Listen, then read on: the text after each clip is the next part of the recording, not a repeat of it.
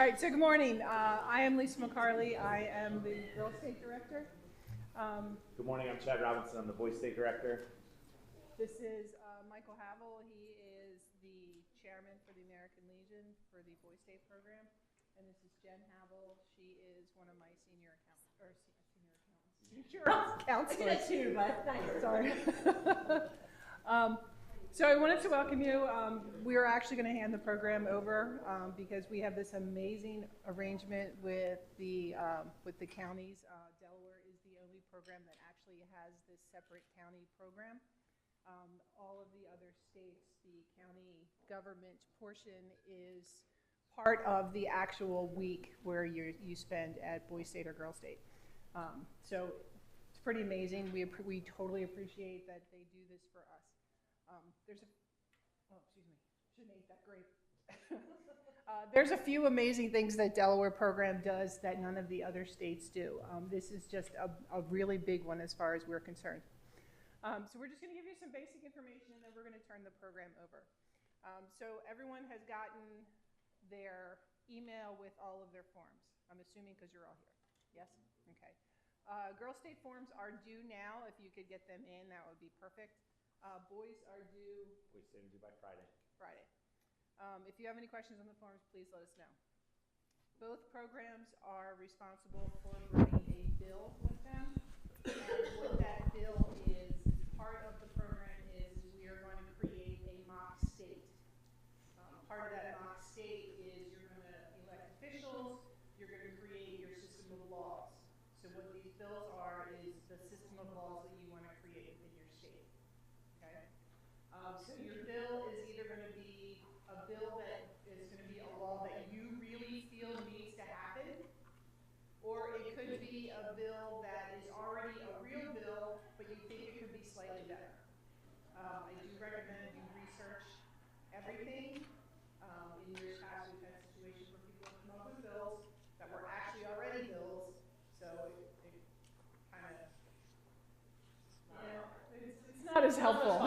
It's not as much fun. So does anyone have any questions on the bills? Okay, yes. Is there a specific format that we have to follow? Yes, so on the Girl State page where you got your application, there is a PDF that is actually it's a PowerPoint. But anyway, there is a little tutorial on what needs to be in what section. There's also two formats out there, the Senate or the House. You can pick either, you don't have to do both. Because you don't actually know if you're going to be in the House or the Senate until you get to us. Okay? So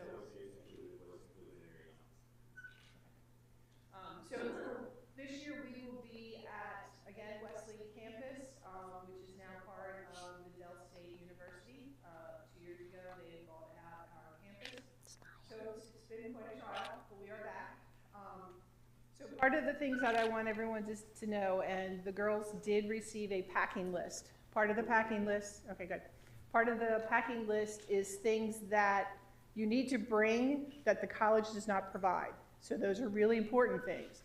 So bathrooms are not in your room, so you need to bring all of your toiletries. I suggest a little tote. Again, that's an on-you thing. But shampoo, toothbrush, toothpaste, none of that is provided by the college, so that's all on you. Bedding is also on you. Now, because it's a college campus, they're all twin beds, but they're extra long twin. Okay, it's noted in the information, but I wanted to stress that because regular twin sheets are not going to fit that. The doors are air conditioned, but if you feel you really need a fan, that's an on-you thing. Okay, does anyone have any questions about that? When you're on campus, clothing is casual. Don't be out of hand with casual, like I don't expect pajama pants. But shorts are fine, summer dresses are fine, boys' shorts are fine, lounge pants are fine. When we're off campus, you will either have on your program shirt or you will be at legislative hall. When we're at legislative hall, ladies' blazers are essential, all right? You will wear a dress, skirt, or pants, I don't care which, but you must have a blazer because you are representing the program. Gentlemen, you are to wear a jacket and or suit. Yes. If you go to one of the military academies and you have a uniform, that is acceptable. Okay, so we don't want you, excuse me, we don't want you running out and buying clothes. You know, you have what you need. Do you guys want to say anything? Just the, if you have any questions about the paperwork, please let us know. We have gotten questions about the COVID requirements. Those are Delaware State University's requirements. If your families have any questions about those, they can reach out to us. So they're all Delaware State University's requirements. If anything changes between now and then, we'll notify you. But those are the requirements as of today. Okay, questions? Okay.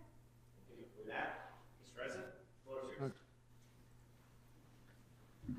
Or, Mr. Administrator. Thank you. Thank you, Mr. Robinson. And good morning, everybody. Thanks for being with us today. Welcome to Youth and Government Day in Kent County. Great to see a fine group of young people here. You all look super this morning. We've had years where we've had a lot more students here. I think maybe because this is Easter week, the numbers are maybe a little bit diminished, but we're certainly glad that you're here. And we've planned some exercises for you. We'll get into in a little bit. You're going to get to do some role play. You're going to get to play parts of a public meeting. Some of you may play the role of an elected official. I'd say many of you will. We have a small group. Some of you may play the role of a citizen who's coming to share their thoughts with the elected officials. And we'll guide you along the way. It's going to be a lot of fun. And hopefully you'll learn something about county government. Just a few brief introductory slides. Again, welcome to Kent County. I'm glad you all found the county administration building. How many are from Kent County? A little over half. A few from Newcastle County? A few from Sussex County? Anyone not sure what county they're from? Anyone from out of state? Really? Where are you from? Pennsylvania, wow. Give them a round of applause for driving all the way down from PA. Great job. Well, again, thank you all for being here. In a minute, we're going to get you to individually introduce yourselves and what school you're from.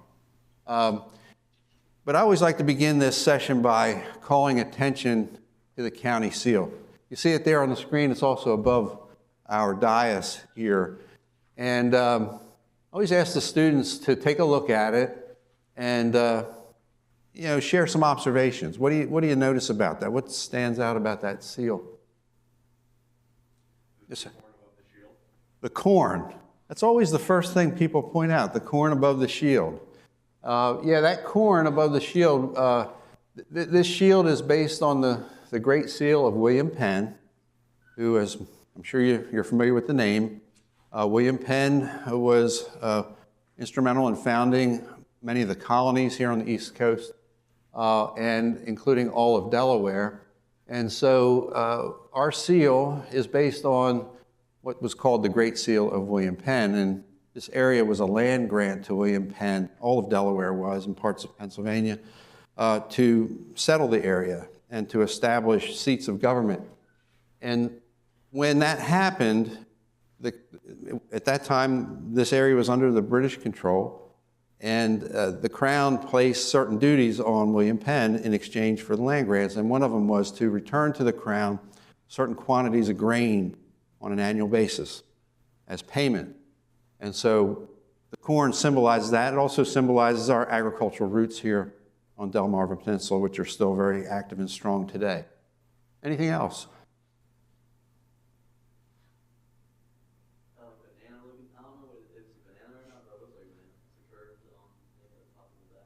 Oh, talking about right up at the top? No, in the back. Oh, that little crescent. Yeah, not sure the origin of that crescent. We believe the three circles in the middle represent the three counties of Delaware. Not sure, and I've inquired with various historians about that, and no one seems to know quite the origin or purpose of that crescent. But good observation. Anything else? Yes, ma'am. The blue and the yellow. The blue and yellow. Well, those are the state colors, right? I'm wearing them today. You see them on our seal. Yes, blue and gold are the Delaware official colors. Anything else? The letter at the top. The letter at the... Symbol. That? Yeah, again, similar to the crescent. We're not sure if that means anything in particular. It probably did when this seal was created, but I guess there's differing opinions on what it might represent. One of the things that no one's observed, yes, ma'am.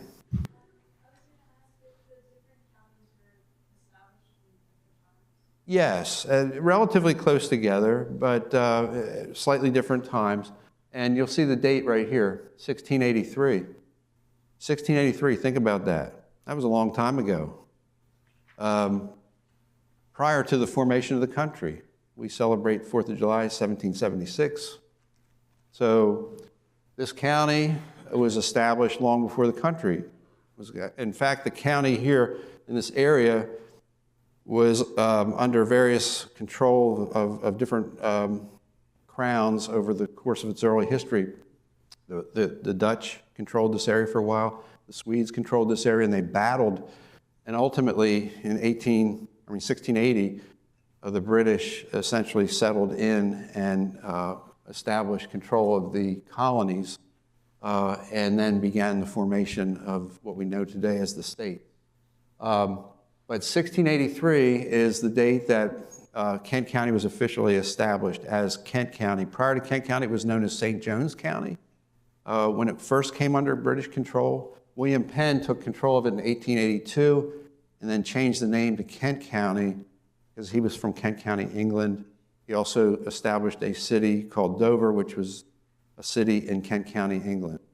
And so that's part of the little history lesson here. But that's a significant date. Newcastle County, I believe, was formed slightly earlier than Kent County. They claim to be the first county and the first state in the nation. And then Sussex County has a little different history. They were under Swedish control for a long time and as a different county before they became Sussex County. And that was just about the same time Kent County was formed under British control. So today, our government's a lot different than it was back then. We have a commission, what's called a commission form of government. Our elected officials, some of them are here today. They're known as commissioners. They're elected by the people they represent.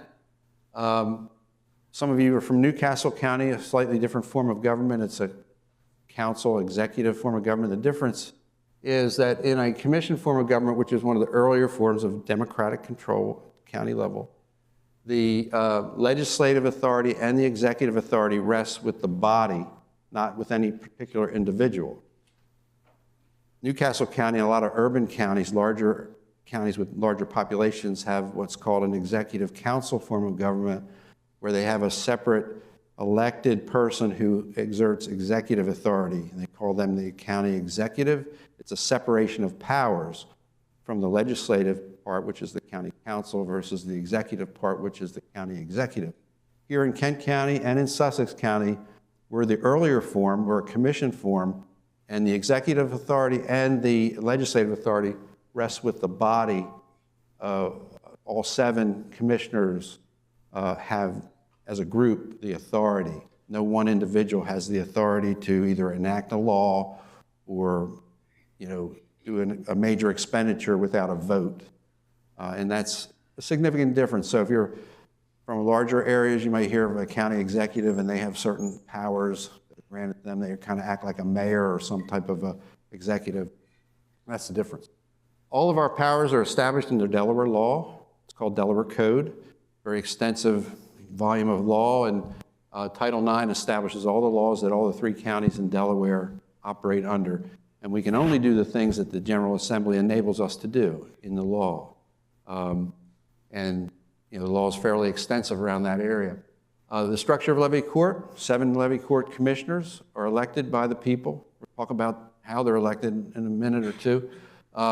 Within themselves, after the election, every 2 years, the commissioners elect amongst themselves what we call leadership, which is a president and a vice president. Currently, President Pepper, who you'll meet in a moment, and Vice President Angel were elected by their peers of elected officials to be the leadership of Kent County. They basically organize the meetings, organize the schedules, conduct the meetings, and represent the the county in those capacities. We also have a variety of standing committees, which I won't get into in any detail right now, but they deal with a variety of different topics in the county, and they're appointed by the president. They're committees of the whole of the elected officials, and their jobs are to review various things and then make recommendations to the full levy court for vote. Our departmental organization, we have basically 6 primary departments here in the county. We have a finance department, a public works department, planning services department that deals with land use and building permit and construction safety, community services department, which is parks and recreation and library services, and I'm missing one, public safety. We operate a paramedic system for the county and an emergency 911 call board system for the county. And there are a variety of subdivisions within each of those departments that we really can't get into today, but our whole organization is basically centered around these 6 departments. The one department I didn't mention is the administration department, which is the department I lead. And within our department, we have the information technologies division, our human resources division, and our facilities management division. The counties of Delaware are shown here. In case you didn't know, it's a little geography lesson. Kent County is the middle county, the green one right in the middle. That's where you're at today. We're about 600 square miles in area, about 88,000 properties that are taxable in the county, and our population is just under 185,000. And a couple other statistics there. And then this is the election district map. This is the map that these elected officials hail from and represent. There are 6 different areas of subdivision of the county. We call them election districts. And you'll see a 1st district, a 2nd district, 3rd, 4th, 5th, and 6th. And they're of varying sizes, as you can see. Any ideas why they're of varying sizes? Yes, ma'am. Due to the population. Exactly, precisely. It's based on population. Every 10 years after the census is complete, we're required to evaluate the population distribution of the county and to balance out the districts so that they're relatively equal in terms of number of people who live in each district. So you see this really large district on the west side of the county. It's largely rural and agricultural, so the population is dispersed. There's not a whole lot of people there. There's a few small towns, but no major urban centers. Contrast that with the Dover and Camden, Wyoming areas where most of our population is concentrated, and those districts are much smaller in geography. So at this point, before we talk about what we're going to do with the mock hearings, I would like to now turn the floor over to President Terry Pepper to talk to you about Levy Court and his role as leadership for Levy Court. Terry? Thank you, Mike. Good morning. I am the president of Kent County Levy Court. My name is Terry Pepper. I live in the Magnolia area, between Rising Sun and Magnolia, familiar with Kent County. And I've been on Levy Court coming up on 16 years. And we have not, Levy Court, being on Levy Court is not a full-time job per se. However, we do put in full-time hours pretty much. Myself, I work for the state of Delaware. I'm the Homeland Security Advisor in the Cabinet Secretary's Office for Safety and Homeland Security. And I report to the Cabinet Secretary of Safety and Homeland Security and the Governor of the state. And I'm a retired Delaware State Trooper as well. The other commissioners, Commissioner Hall is not here. He's a teacher. Formerly, he was in the Coast Guard. Next one, Commissioner Howe. Commissioner Hall is a teacher at Del Tech in Terry campus. And Commissioner Howe, our next commissioner, he's a retired teacher as well. Interesting job. He retired as a teacher at the prison. So they used to lock him up every day, and they'd let him out in the evenings. So for good behavior, yeah. Commissioner Sweeney, to my immediate right, is an IT professional, and he just recently retired. Commissioner Angel, to my left, he makes dentures. He's self-employed, makes dentures. Commissioner Maston, she's our newest commissioner, and been on for almost 2 years now. And she's a retired corporate executive. And our next commissioner down, who's not here today, is Commissioner Buxton. He's a retired teacher from Polytech School District, and he just recently retired, and now he sells real estate. So you see, we all are just like everybody else. We all have normal jobs and fairly normal lives, and but we dedicate a lot of our time to Kent County and Kent County Levy Court. Mr. Pettit-Damage, he pointed out all 6 of the Levy Court districts. The only district he didn't point out was my district, and I have the whole county. So I run at what they call Commissioner at Large. That means I run for office. When I run for office, I run in all the other districts, the entire county. So, I represent the 184,000 people in Kent County, whereas the other commissioners represent roughly 30,000 people throughout their district. But and as Mr. Pettit-Damage said, I was elected by the body of Levy Court here. We do that every 2 years after an election, and so I'm serving in my first term as president, and prior to that, I served for 4 years as vice president. And but little interesting fact here about me. I actually served on Levy Court from 1994 to 1998, and I didn't run for Levy Court. And I came 12 years later. I came back and ran for Levy Court for the same seat, and was fortunate enough to win the seat that I had before. And so it gave me a different perspective. I got to experience Levy Court for 4 years, and then I left Levy Court and was able to, see the county from a different light than what I had prior to being on Levy Court. But then again, it also gave me the opportunity to see things that could be changed on Levy Court by not being here. So 12 years later, I was fortunate enough to run again for the same seat, and I've been here 12 years this time.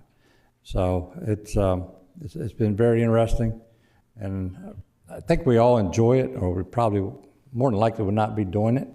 And it's something that you do have to enjoy, because you do have to take a lot of phone calls from folks that are having problems with the county or other issues, and help them through their problems. And but it's always interesting.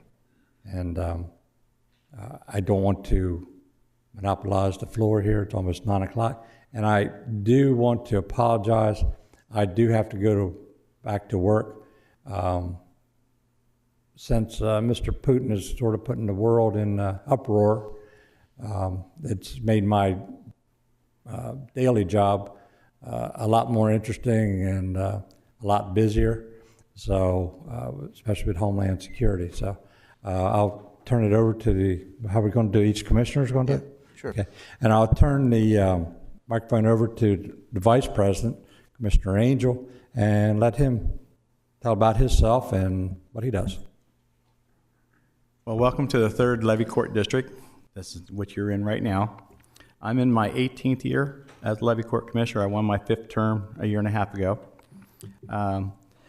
The one thing that I really like to stress in the county is, historically, we are the first and last levy court in the whole United States. And we want to keep that rich historical prospect. A lot of you don't know, but the United States, Delaware is known for ratifying the U.S. Constitution. And for a whole 10 days, we were the United States for a whole 10 days until somebody else ratified it for number 2. And a lot of people don't realize this, but when it came down to picking a language for the United States, English won only by 1 vote. Otherwise, we'd be speaking German. A lot of people don't know that.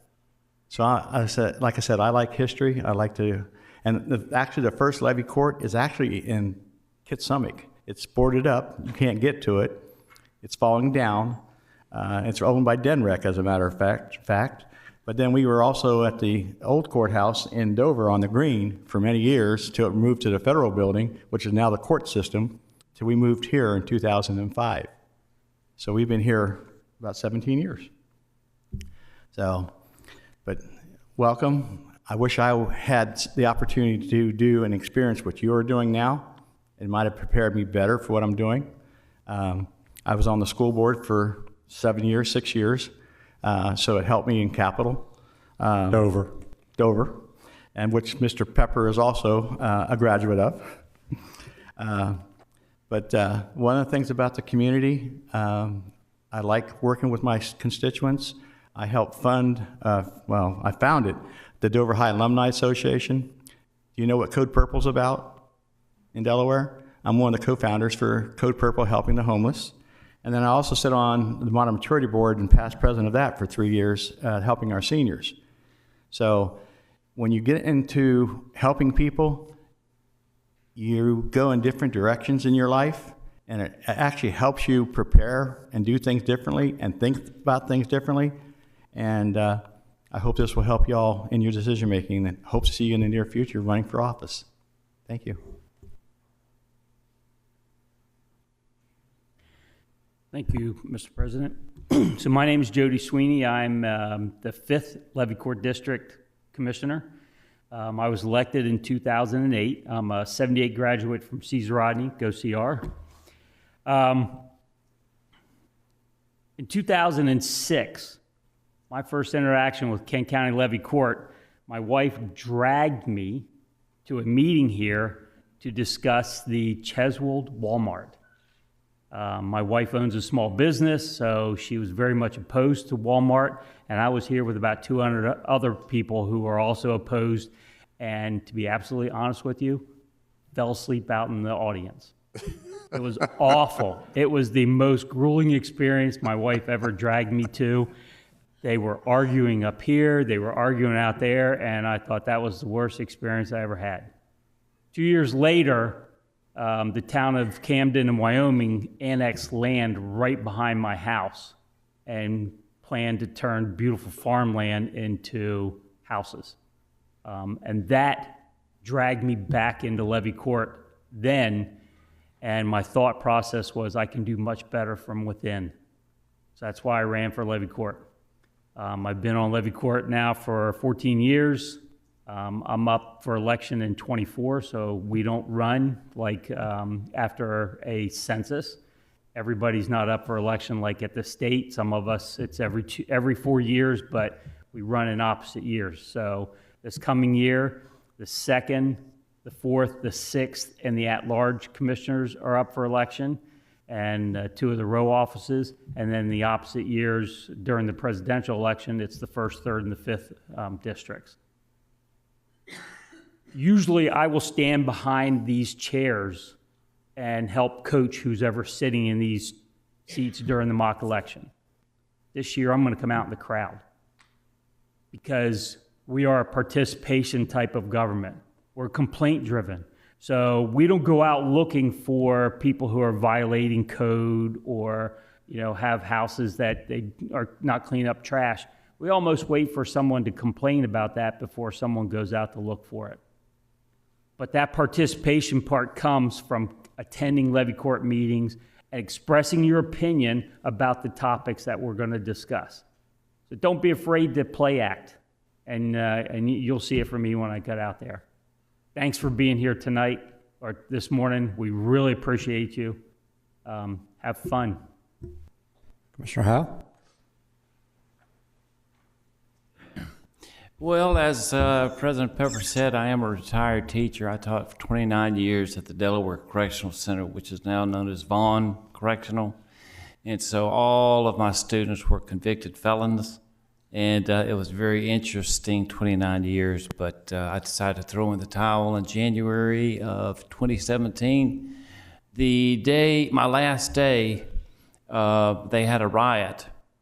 The day after, and it was in the building that I worked in. So it was kind of interesting timing. And so I'm watching TV, and I'm seeing the building that I was in. And, they had all these inmates handcuffed, and it was a mess.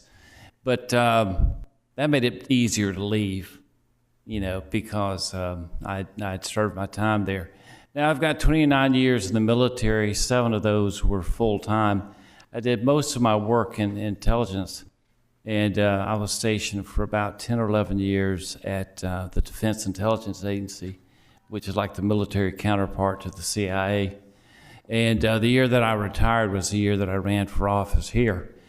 And I have to say that in the 11 years plus, it's really been a very positive experience, because we really get into issues that pertain to people, everyday people. But a lot of times, those people don't really realize we're doing it. It's like Levy Court. A lot of people don't even know what it is. And it's not like Congress, where we know that we have like a $30 trillion deficit and all these weird laws and stuff are coming out of, and you hear about it all the time. But Levy Court is relatively moderate in that regard. And we deal with a lot of things that pertain to everyday life. If I had to pinpoint the primary objectives or responsibilities of Levy Court, I'd say they'd fall under property rights and also under quality of life, because we do a lot of things behind the scenes that are really important that people don't always know about and you don't read about in the paper. Nevertheless, they're going on here. We meet every Tuesday night, very few exceptions, probably about 47 Tuesdays out of the year. And, it's just like I told my wife, my kids, plan nothing from me on Tuesday night because I'm tied up. I'm leaving at this time. I don't know when I'll be back. And sometimes I get back real late. Sometimes, like last night, I got back pretty early. It was like 8:15 or something. It was remarkable. But as far as my district is concerned, the 6th district, to my knowledge, has always been the biggest geographically. And you'll notice it on the left, it's in the light blue. Well, it just got bigger because we had to redistrict according to state law. And the towns that are incorporated in my district are Hartley, Maridale, Felton, Harrington, and then Farmington down at the very bottom. So that's a lot of area. However, the population is roughly the same for every district. If you notice, like in the pink color, much, much smaller geographically. Why? Because that's where the population is. And I think it's a very wise decision hundreds of years ago to redistrict, because populations do shift. And they're not always predictable. Sometimes they are to some extent. But I would say this too, that of the 7 commissioners, 5 are Democrats, 2 are Republicans. But the truth is, you got to take your party hat off when you come in the door. The main objective is just to represent the people and be as close to them as you can be. And in closing, I'll say that there are many, many different activities that we participate in, just as being part of the job. The fire departments, we have a multitude of them. Where they have functions we go to. We have the Delaware Association of Counties, which meets about 6 times a year, the League of Local Governments, Chamber of Commerce, you name it. We get invites for all kinds of stuff. And when you're elected, you automatically become or made a member of a number of these organizations. So it's a really good way to get out there and see what the people have to say. And sometimes it's rather draining. However, it's really the best part of the job, is getting out and shaking hands with people. And, some you say, oh, yeah, I remember talking to you on the phone, so on and so forth. Put a face to a name. But we can say with pride that the Levy Court has not raised taxes in, what's the latest count? 13 years. Now, folks, we ought to be on national TV. You just don't hear about that very often. And even though we have mixed partisan convictions, we still work together quite well as a team, and it's been quite a joy. I think Kent County should be commended for being very discerning and picking out their public servants on a county level. So I'll sit back and I'll let other people talk, but I'll chat with a bunch of you before the day's over. Thank you, Commissioner Howe. Commissioner Maston. Welcome, everyone, to Kent County Levy Court. I hope you're pleased to be here. My name is Joanne Maston, and I am the relative newcomer here. I've just finished, or well, starting 16 months. I actually am a 1966 graduate of Smyrna High. Is there anybody here from Smyrna? Welcome.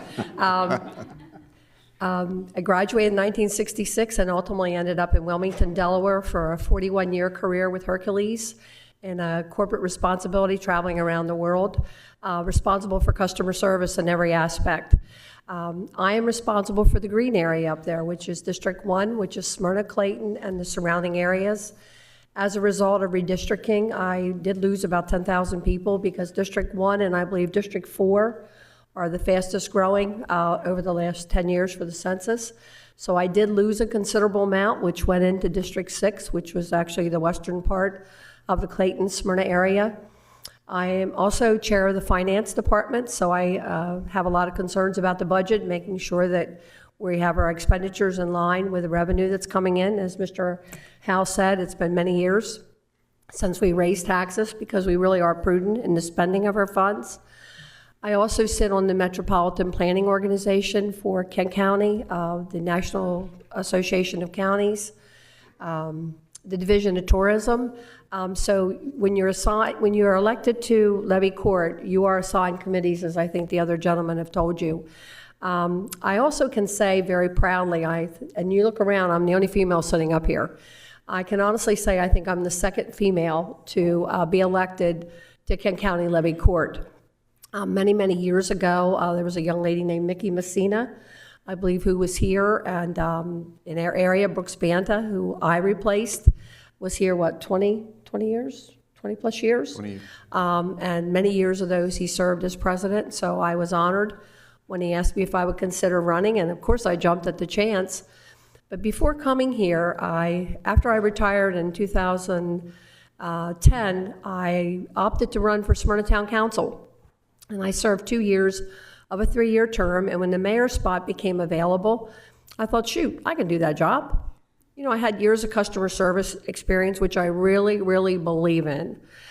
So I ran for 2 terms of mayor, and I decided I really ought to take 3 years or so to spend some time with my family, because my job that I had at Hercules for 41 years took me out of the country 3 weeks every month. So I wasn't around when my son was growing up, nor when my 2 grandchildren were born. So when this job became available, and I thought, well, gee whiz, after talking to Mr. Banta, a lot of it required constituent services, which to me is nothing more than customer service, being responsive to people's needs, responding to phone calls, emails, knocks on your door, and you have no idea who you're opening the door to come into your house to talk to you. And I will tell you, I have had 16 wonderful months here serving with these gentlemen. I came here knowing zero about land planning, except I know that Smyrna was growing.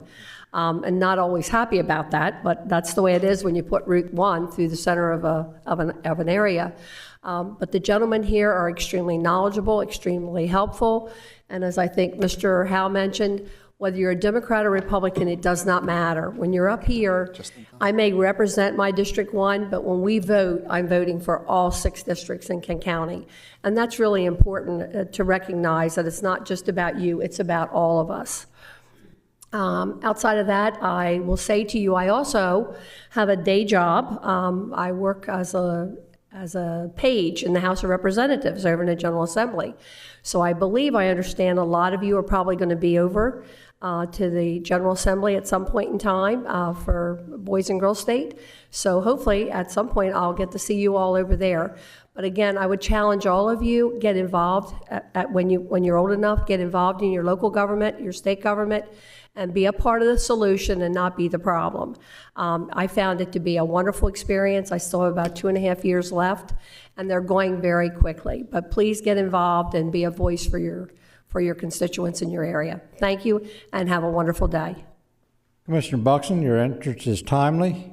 You're up to tell us about yourself and your thoughts on Kent County. Ladies and gentlemen, how you doing? So, timing is right. I'm not a bit, but now I'm going to stand up. I'm going to come over to you because I'm not scared. Everybody say, "Oh." Aw. See our partisan, right? You guys smart enough to know what partisan is. I am the R in the room. Glenn Howe's the other side. We keep them separated. But we laugh about that because in this chamber, typically, it's not partisan at all. It's just land use decisions and trying to make the best of what's being asked of us. That's really what it comes down to. If you want partisan, it'll show itself. Go over to the General Assembly later on and you'll see it. It is what it is. That's kind of good for democracy, so don't be upset with it. All right? It's kind of how you make sausage. So don't be offended by it, but don't embrace it. What do I mean by that? Just because you line up on one side or another, as far as your political affiliation, does not mean that there's not common ground. The country was founded on that, right? And that should not be offensive to us at all. So remember that as you move forward, because I'm leaving because a baseball game yesterday got moved to today, which is a good thing. I'm not going to miss it. Not going to miss it because I know how quickly time flies. In fact, I used to coach one of you in baseball, like for a minute, and I think they know who they are. And it is what it is. The point I'm getting to as I end this, who am I? Eric Buxton, CR grad, Polytech teacher for 30 years, commissioner 4 terms. And the reason that I try and come here to say something to you is because I know that you're the leaders of tomorrow. Not just because of your intellect, but because of your vision for showing up here today. I guarantee you, how many people were invited? 100? Maybe more? You decided to come. You chose to be here. That separates you from others. There's a bunch of them that had a reason for not coming, and I get it. There's a lot of them that just chose not to come. That's what separates you. Stay with it. I mean that wholeheartedly. I'll end with this one. Don't get taught in school how to think. Make sure you hear what I just said. You do not need to be taught how to think. You need to think for yourselves. You need to learn so that you can think. But you do not need an educator like me to stand in front of you and teach you how to think. Encourage you to think. Embrace how you think. Do not go to college and get taught how to think. And you have to understand what I'm saying. I'll leave it with that. Have a great day. Enjoy the ride. Thank you, Commissioner Buxton, and all commissioners. I'm going to have to take my leave. Commissioner Angel, turn proceedings over to you. And best of luck to all of you. And take every opportunity you can to learn, especially learn about your government. And in the future, play a part in that government, and it'll fulfill your life. And you'll be glad that you did. So take care. Best of luck. All the staff, directors, and everybody that are here, thank you for being here today. I really appreciate it. And thank you for helping with the proceedings. Mike, thank you. All right. And I want to take my leave. All right. Take care. Let's give him a round of applause for being.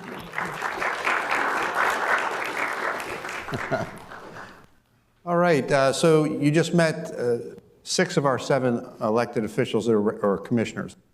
There are 4 other very important elected positions in county government, and we have several of those officials here this morning. And collectively, they're known as row offices. And back when we had a different building, when we were in the old State House on the green, there was a corridor, and these offices were arranged in a row, and so they got this name dubbed row offices. And they are the sheriff, the recorder of deeds, the clerk of the peace, and the register of wills. And we have some of them here this morning, and they're going to share a little bit about their background and what they do. And I'd like to call first upon Betty Lou McKenna, who is our recorder of deeds, dealing with all sorts of property records in the county government. Betty Lou, if you'd like to approach the podium. This is ready to go for you. I guess I'll stand up this way since I'm addressing you folks and not those. Let me begin by saying this day is no stranger to me. I have participated in many youth and government days. We started holding these programs when I worked in the Levy Court office back in the late 70s and into the 80s. I retired in 1982 and ran for the Office Recorder of Deeds in 2002. I took office in January of 2003 and have successfully run 5 times, each for a 4-year term. The job of the Recorder of Deeds is to provide the public with making land records and other miscellaneous documents available for public view. Miscellaneous documents available, and to provide a recording service to the general public as well as the primary business organizations.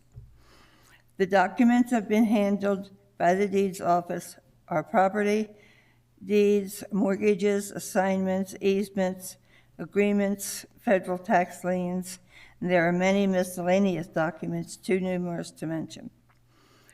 Our online records go back to 1873, and with actual records prior to that, back to 1680. We have user-friendly computer stations available to the public and a friendly staff ready to assist those who would like to research in our office. We have a staff of 4 deed clerks, 1 deputy recorder appointed by the elected recorder. Our goal is to provide the citizens of Kent County with the most efficient service. This is being accomplished with the use of computer indexing and optical disc images. Our office became available on the internet in July 2006. The response to our website has been very positive. These services are available to the attorneys, title companies, title searchers, surveyors, and real estate agents in the comfort of their own home and or offices.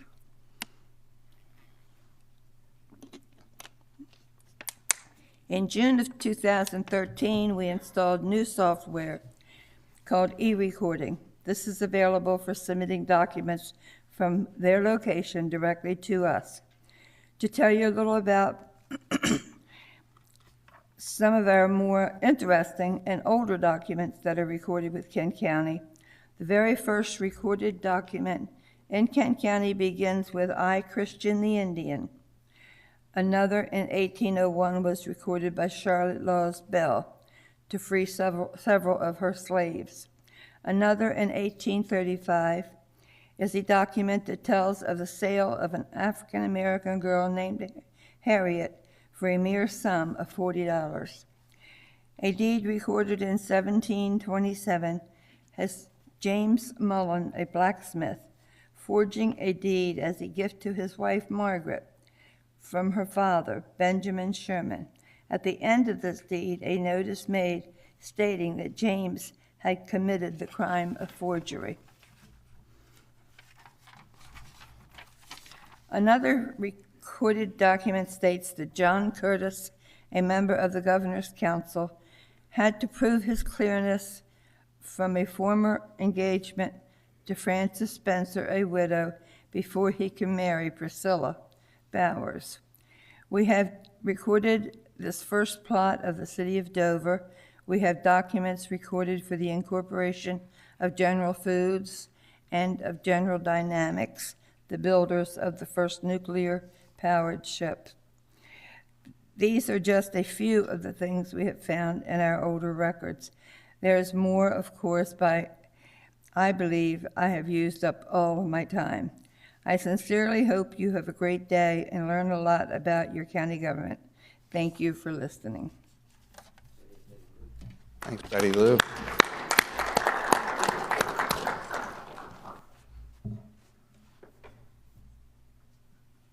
Betty Lou, how many years have you been in public service now?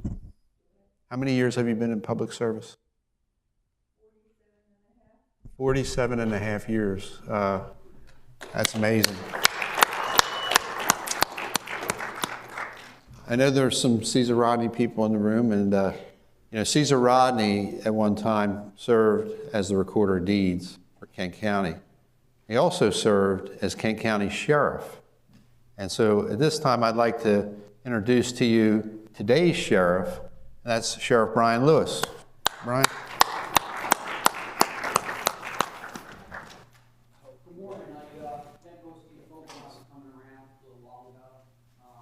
I'm Sheriff Brian Lewis, the Sheriff of Kent County. Now, I run at large like Commissioner Pepper. Use that or not? Thank you, Mike. I run at large like Commissioner Pepper, who has the whole county. I've been in office for 4 years.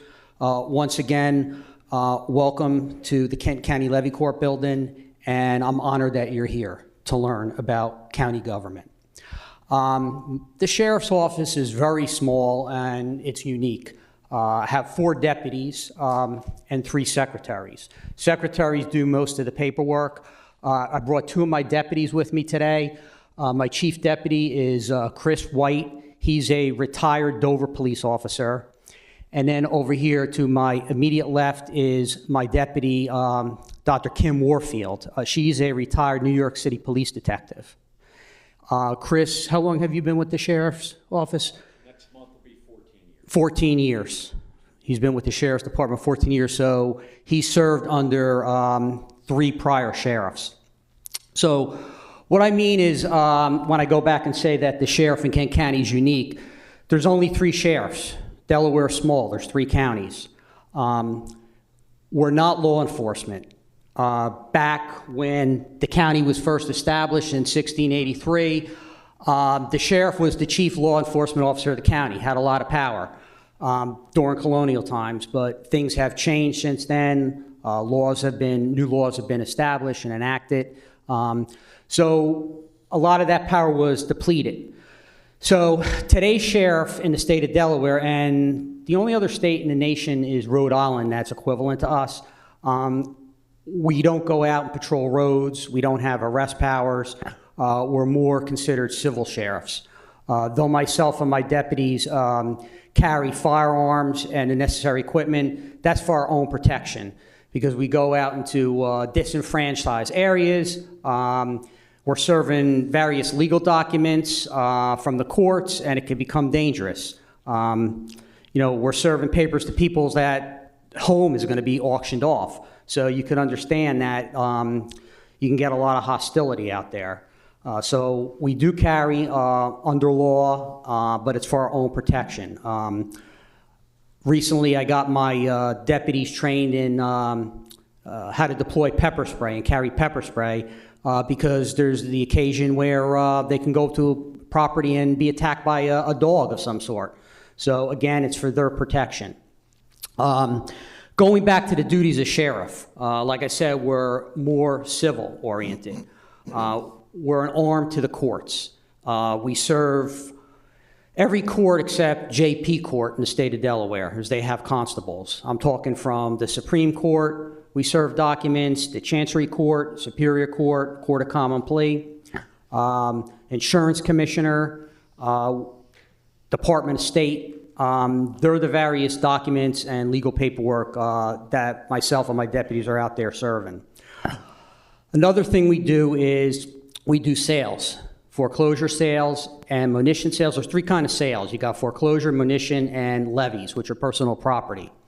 With the foreclosure sales, we basically are auctioning off property where somebody defaults on paying their mortgage.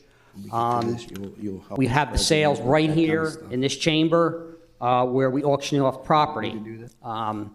The other one is the personal property sales where people default on paying their credit cards. So my deputies go out to the property and they auction off personal property, whether it be a lawnmower, furniture, whatever the case may be, it'll be auctioned off. Third is tax sales. People default, they don't pay their property taxes. So comes to us, we have to auction off the property. I'm the only sheriff actually in the state of Delaware that presides over the auctions. The other 2 sheriffs, that I spoke with, they have attorneys or a private company that comes in and auctions off the property. So again, it's very unique in the state of Delaware what the sheriff does. A lot of people get us confused, like the sheriffs in Maryland, Pennsylvania. They're out there, they run the jails, some of them. They patrol the roads, they're making arrests. Not in Delaware, not in Delaware. So don't get confused when you hear the sheriff's coming to your house. We're not there to arrest you. I'm going to turn it over real quickly to my chief deputy, Chris White, because I want him to explain rather quickly the daily life and what you do. Good morning. The county's divided into districts. We have 4 deputies every day, Monday through Friday, that go out throughout the county and serve the paperwork that I was talking about. Trials. We serve subpoenas for a variety of things, from murder cases down. So whether you're a witness to a crime, a victim of a crime, and let's hope not part of the crime, we're the deputies that get that paperwork to you, the subpoenas. We also serve civil subpoenas if you're a business that's getting sued, and a variety of other things. We make a lot of appearances at medical facilities throughout the county for records, documentation, etc. You're all going to be going, I'm assuming, to continue your education. You're going to get approached by a lot of credit card companies and other people that are willing to throw money at you. You have to pay it back, and we deal with a lot of bad debt. As far as the foreclosures, the state of Delaware has done a great job. If you're experiencing possibly losing your home, they have a mediation program that's offered through the state. One of the commissioners brought up, we're complaint driven. So when we go to these businesses and these residents and speak with people, they share with us what's going on. A lot of times we're resources to direct them to help. We're not only just giving them bad news. Sometimes we can help them save their home, redirect some of that debt in a different way. There's mediation programs for that as well. We do family court out of state. We obviously have the Dover Air Force Base, so we don't do the state of Delaware family court, but we get quite a bit of out-of-state family court issues, PFAs, child custody. We go into a variety of areas. The sheriff elaborated a little bit on it. We're delivering paperwork for a variety of things, so we have to protect ourselves while we're out there. Our vehicles are equipped with police radios if we get into a situation. The deputies were all retired law enforcement, and in this capacity that we're in now, I think we really fine-tune de-escalation. We work by ourselves. The county's relatively large. And we're out there, so we try to de-escalate the problems as best we can when we're handing off the paperwork to them. And I'll probably end it with that, but I will make a footnote. The crest that we talked about, my personal opinion is that's a boat. I don't know if the historians can look into that or not, but I think that's a boat. Thank you, Deputy White. In closing, I just want to say I served in 3 forms of government. I served on the Capitol School Board for 4 years. I served on the Dover City Council, and this is my 4th year as the Kent County Sheriff. I implore you to get involved. Get involved. Serve the community. That's one of the most important things to me when I ran for all 3 offices, is to get out there and serve the community. Unfortunately, the past 2 years, COVID threw a monkey wrench in where I wasn't able to get out there, but my deputies will tell you, I like going to school events, parades, any kind of event that's out there, I like attending because I want people to know what the sheriff's office does. We're there for them. If they're having an issue where their home is up for foreclosure or a munition sale, we'll refer them. There's agencies out there that can help you from losing your house. You just have to take the bull by the horns and go out there and communicate with those agencies to seek the help. Personally, I don't take people's homes away. I just auction them off. I'm just a middleman. I serve at the discretion of the courts. I have to abide by what the court order says. But again, get out there, get into the community, help. I help with the homeless. Commissioner Angel, he started Co-Purple. I help with that, feeding the homeless and helping people. That's where I started before I got into politics, or if you want to call it community service. Helping the homeless, helping the children with the Special Olympics. That's where it all starts.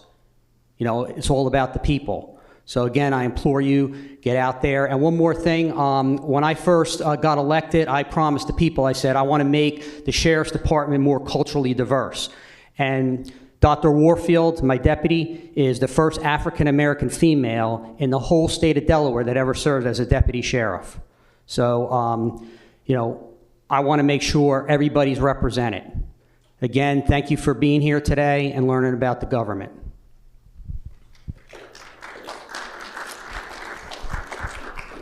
Appreciate it. Thank you. All right. Thank you very much, Sheriff. Let me turn my lapel mic back on there. Okay. At this moment, I'd like to introduce to you the Clerk of the Peace, which is also an elected official here for the county. The Clerk of the Peace, Brenda Wooten, if you'd like to come on up. And while Brenda's arriving, very important position, the official record keeper for the proceedings of the Levy Court, as well as some other really interesting duties which she's going to tell you about. Brenda. Good morning, everyone. Glad that you could join us today. My name is Brenda Wooten, and I am the current Clerk of the Peace of Kent County. Prior to becoming the Clerk of the Peace, I'm a graduate from Lake Forest. Is anybody here from Lake Forest High School? Awesome. So I graduated in 1981, and I started a career right after that with the JP courts. I then decided to go to college to get a degree, and I earned a bachelor's in paralegal studies, coming back to the state of Delaware and working as working in the Court of Chancery. Once I had my 25 years, I retired.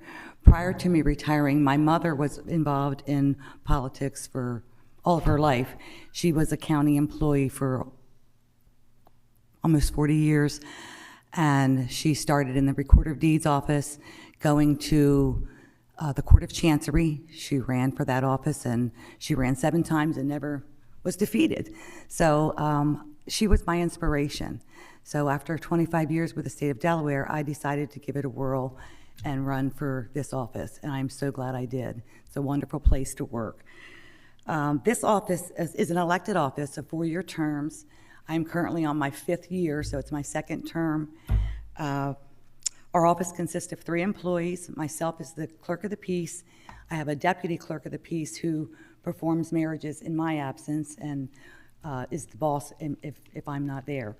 Also, we have Marty Hayes, who is our licensed specialist, who's been with the county going on 40 years. So what we do in our office, we perform ceremonies. We have a beautiful chapel downstairs. At some point this afternoon, you may be able to take a look at it. So we perform ceremonies in our chapel as well as off-site in the state of Delaware. Normally it's in Kent County, but we can go to other venues. We strive to give each and every couple the most memorable experience on their special day. And so in addition to issuing licenses, we issue certified copies of marriage license to people who may be going through a divorce, or they need it for if they've lost their copy of their marriage license. We also are responsible for witnessing county documents and countersigning bonds drawn on the county funds for the county. We attend all levy court business meetings, and we record and act as the custodian for the minutes of the levy court meetings. We advertise and post county ordinances, and we administer the oath of office for other Kent County row offices upon their request, if they need us to. So when you come to our court, our office to get a marriage license, you must appear, with as a couple. If you are from a different country and you speak a different language, you must have a translator. You have to have a valid ID or passport when you come. And if you're divorced, you must if you're divorced or a widow, you must supply us with a copy, a certified copy of your divorce decree or your death certificate. If somebody is on, we always ask if anybody is on probation and parole when they come in. That's a requirement. If you are on probation and parole, we must get something from your probation officer stating it's okay for you to get married and that you've met all your requirements. Our license fee to get married is $120 for a non-state resident coming to the state of Delaware, but they would have to get married in our state, and it's $70 for a resident of our county. If they choose us to marry them, it's an additional $50 to perform their service, their ceremony on-site or off-site. People can also order certified copies of their marriage license online. So today is going to be a fun day. At some point during the day, I would like to, we're going to choose a couple, and we're going to perform a mock wedding at 2 o'clock in the center rotunda downstairs. So around lunchtime, I'll be looking for a happy couple to get married as a mock wedding. So I'm glad you're here with us today. It's a fun day, and I hope you enjoy it. If there's any questions, please let me know. Have any questions? Yes? The Court of Chancery. The Court of Chancery is a court of equity. So we hear a lot of boundary line disputes, property, anything that the other courts don't hear usually falls into they do estate things, like they've done Elvis Presley's estate, very high profile cases. So, but it's basically a court of equity, and also, guardianship court. We deal with people who have needs, if somebody needed a guardian to be of their parent or a disabled adult, you would come to that court as well. Any other questions? All right, well, thank you very much, and have a wonderful day, and I'll be looking out for a bride and groom for our mock wedding. Thank you.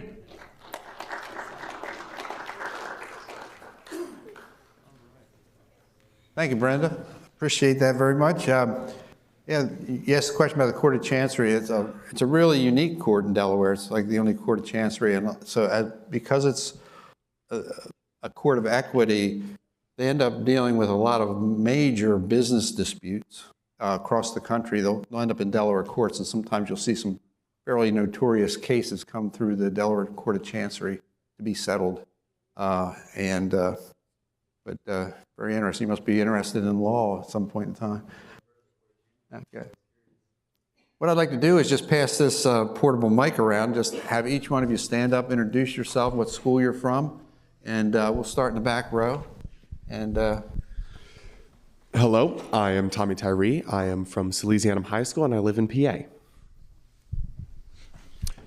Hello, everyone. It's great to be here. My name is Vincent Grillo, and I go to Tower Hill School in Wilmington, Delaware. Hi, my name is Logan Williams. I go to Lake Forest. Hello, my name is Chaz Hughes, and I go to Lake Forest as well. My name's Aaron Kellum. I go to Polytech High School. Hello. Ooh, sorry. I'm sorry. Hello, my name is Pui Kong, and I go to Caesarani High School. My name is Ryan Woodzell, and I go to Caesarani High School. Hi, my name is Jade Wan, and I go to Caesarani High School. Hi, my name is Shelby Ferris, and I go to Positive Outcomes Charter School in Camden. Hi, my name is Hannah Everhard, and I'm from Smyrna, Delaware. Hi, my name is Yuvakshi Khanna, and I go to MOT Charter High School. Hi, everyone. My name is Sammy Valori, and I also go to MOT Charter High School. Good morning. My name is Mariana Eastburn, and I go to First State Military Academy. Fantastic. Very good. Thank you all for doing that. Great to meet you. At this point, we're gonna shift a little gears. Everyone's received a packet, right? We had originally planned on 26 students. And so part of when you came in, you were probably given a color-coded key ring. And that was so that we could divide up the groups to do the mock hearings. But since we have such a small group, we're about half of the number we expected. I think we can disregard that. We're just going to kind of seat you at the dais, and then go from there, and then we'll switch out, and everyone's going to get an opportunity to, play the role of a elected official, a decision maker, or an advisor to Levy Court. So, in your packet, you did receive this document, and this is what we're going to look at now. This is the agenda for the meeting that you're about to conduct. Okay, you can pull that out because you're going to need it when you get on the dais. Looks like this. Oh, theirs is blue. Mine's white. Okay. Yeah, I'm sorry about that. Yeah, I didn't realize they put it on color paper. Yeah, you want to take all those documents that go with it.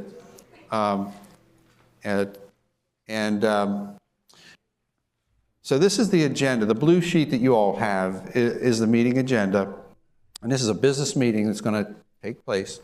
And so we're going to seat 7 commissioners on the dais. And we have a couple of public hearing items on there, you see. And these are land use items.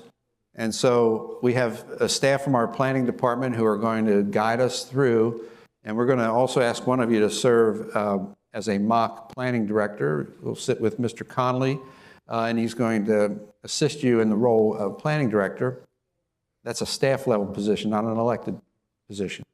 But we're going to make this flow just like a real Levy Court meeting. So the first position I'd like to seat on the dais is President of Levy Court. Is there a first hand I see go up? Madam President, if you would join Commissioner Angel at the center of the dais, and he will assist you. A Vice President, on right up. And I need 5 more commissioners. So when we take the 2 of you and this gentleman here, that's 5, then we'll get to the next group when we switch out. So find a seat on the dais, and the commissioners who are here are going to coach us on what to do in the roles that we're playing. So they're probably going to take a minute as they're leaning over shoulders, explaining the role. I'd also like to ask one of the folks remaining if they would serve as planning director. Would you like to do it, sir? All right. Please join Mr. Conley over at the dais. And all right. Now, the rest of you, as we get into these hearings, these are public hearings, so that means the public comes and they can share their ideas and thoughts. And Commissioner Sweeney, as he indicated earlier, is going to probably show you how to do that. But we'd like for you to play the role of citizen. And so, and we have some other audience members here who may do the same thing. So we're going to make this as realistic as possible. All right, thanks.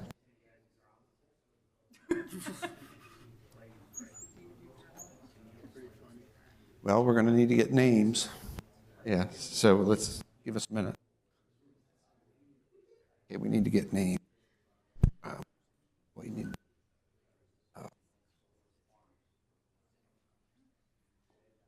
Button down and speak into the mic when you're speaking.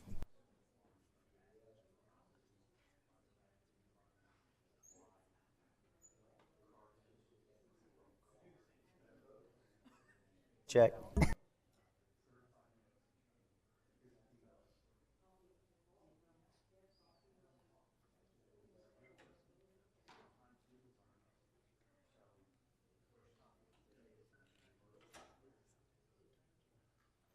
For purposes of the vote, Ms. Whistler's coming down the row, and she's getting each of your names, because when we do votes, there'll be roll calls, so we're getting the names now.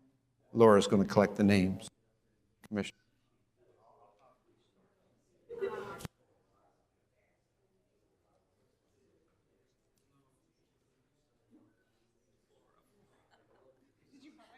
I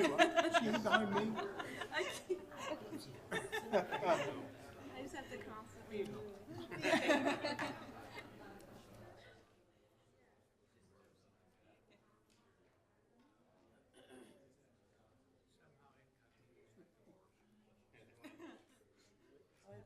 the women have completely outnumbered the men this time.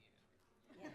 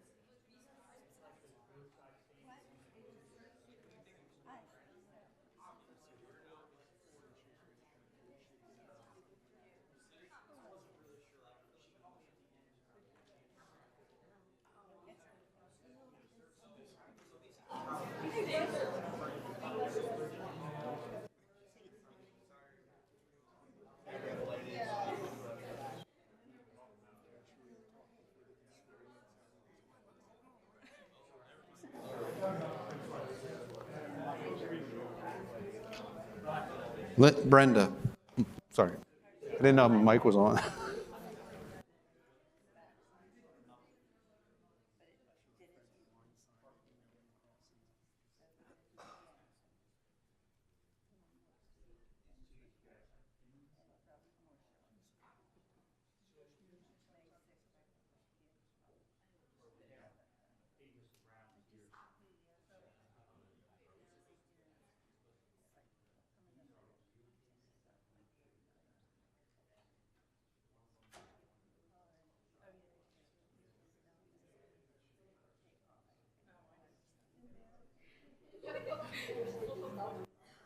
Ready?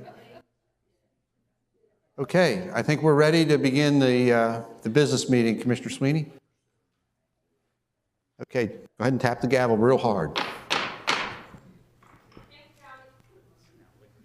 Kent County Youth in Government Day delegates, meeting notice and agenda.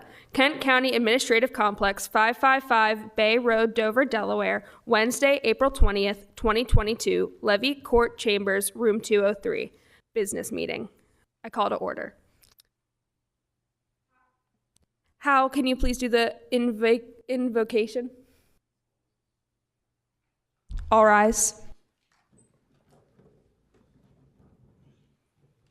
Father, we recognize your presence today and ask your blessings in all of our proceedings. In Jesus' name we pray. Amen. Yuvakshi, can you please do the Pledge of Allegiance? Allegiance to the flag of the United States of America and to the republic for which it stands, one nation, under God, indivisible, with liberty and justice for all.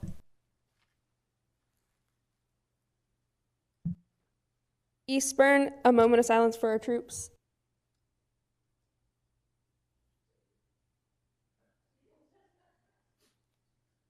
Would you join both of us in a moment of silence as we honor our troops serving at home and abroad? Thank you. Please be seated.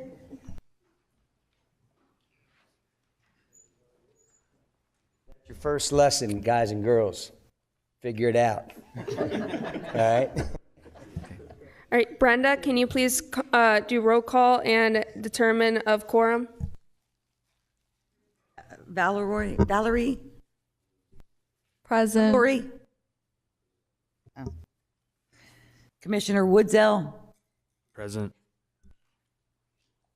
Commissioner Everhart? Present.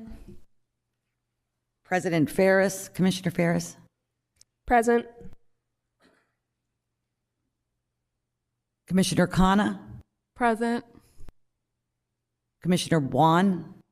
Present. Commissioner Eastburn? Present. Mr. President, roll call reveals 7 present. Mrs. President. 7 commissioners 7 commissioners are here. A motion to adoption of the agenda. Brenda, please call roll.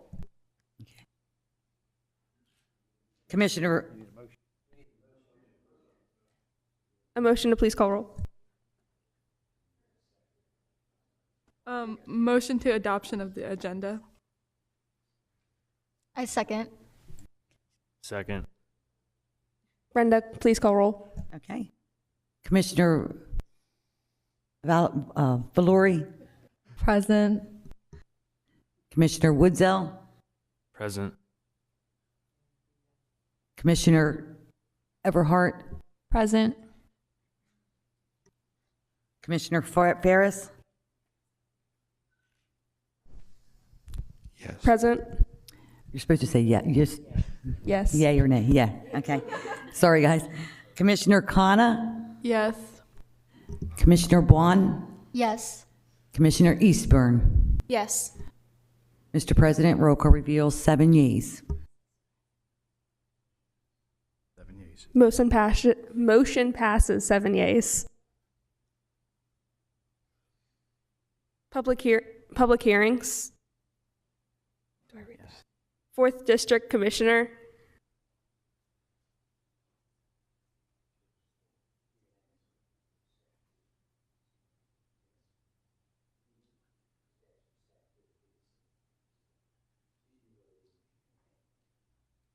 Staff, Mr. Conley.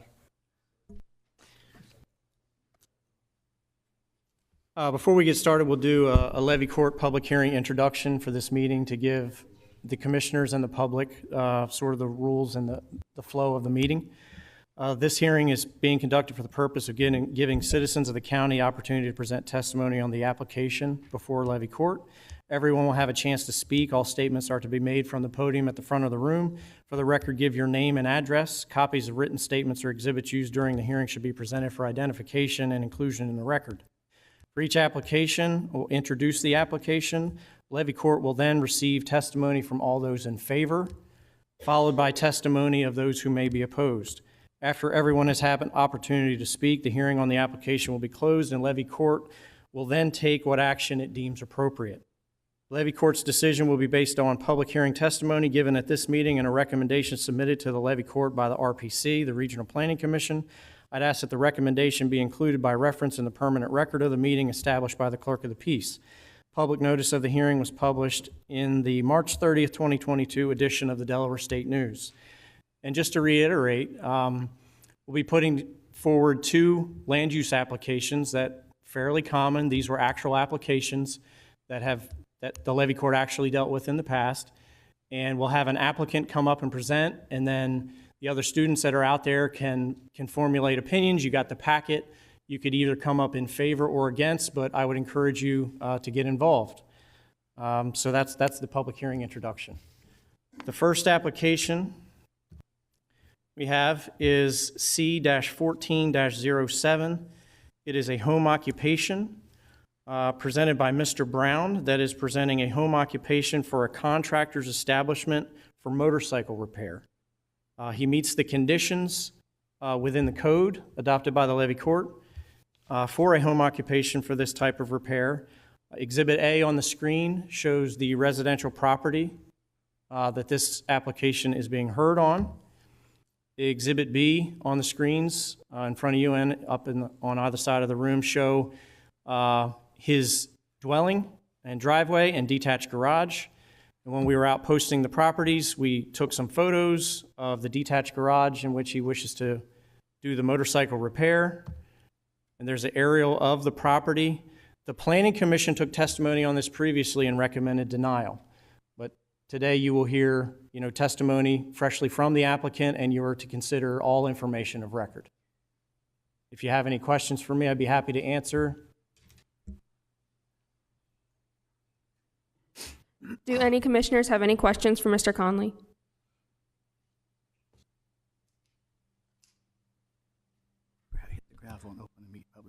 None? Open public meeting? Questions that they ask. Some of them. Those in favor? Applicant. Please come forward. The applicant. This is good. Hi, sir. Would you place your right hand on the Bible and state your full name for the record? My name is William Brown. Do you solemnly swear upon the Holy Bible that the testimony you give in this proceeding will be the truth, the whole truth, and nothing but the truth, so help you God? I do. Please proceed. My name is William Brown. I live at Fox Chase Road. I am the applicant for the home-based contractors establishment for the motorcycle repair business. I run WB Motorcycles. I live there with my 3 daughters. Just to give you a little bit of background, I have always been interested in motorcycle repair and a little bit of car repair too, but mostly motorcycle repair. So after high school, I joined the Air Force and became a mechanic. About a year and a half ago, I was overseas and my wife suddenly passed with COVID. When I came back, things were very difficult at first, for obvious reasons. My 3 daughters have had a very tough time, and we were just making ends meet. I was working 2 jobs, had to pay for the daycare for them, which was outrageous with everything that's been going on. And so I took a chance and decided to empty my savings and build a building that's there. I got the permits for the building and opened up the motorcycle repair shop. I didn't know that there was an issue with it until code enforcement stopped at my door and let me know that I was doing something wrong. Since then, I have tried to comply as best as possible with all the county requirements, obviously going through the recommendations and everything that they have. So hopefully I can get this passed and, you know, keep up with it. So. Any questions for this gentleman?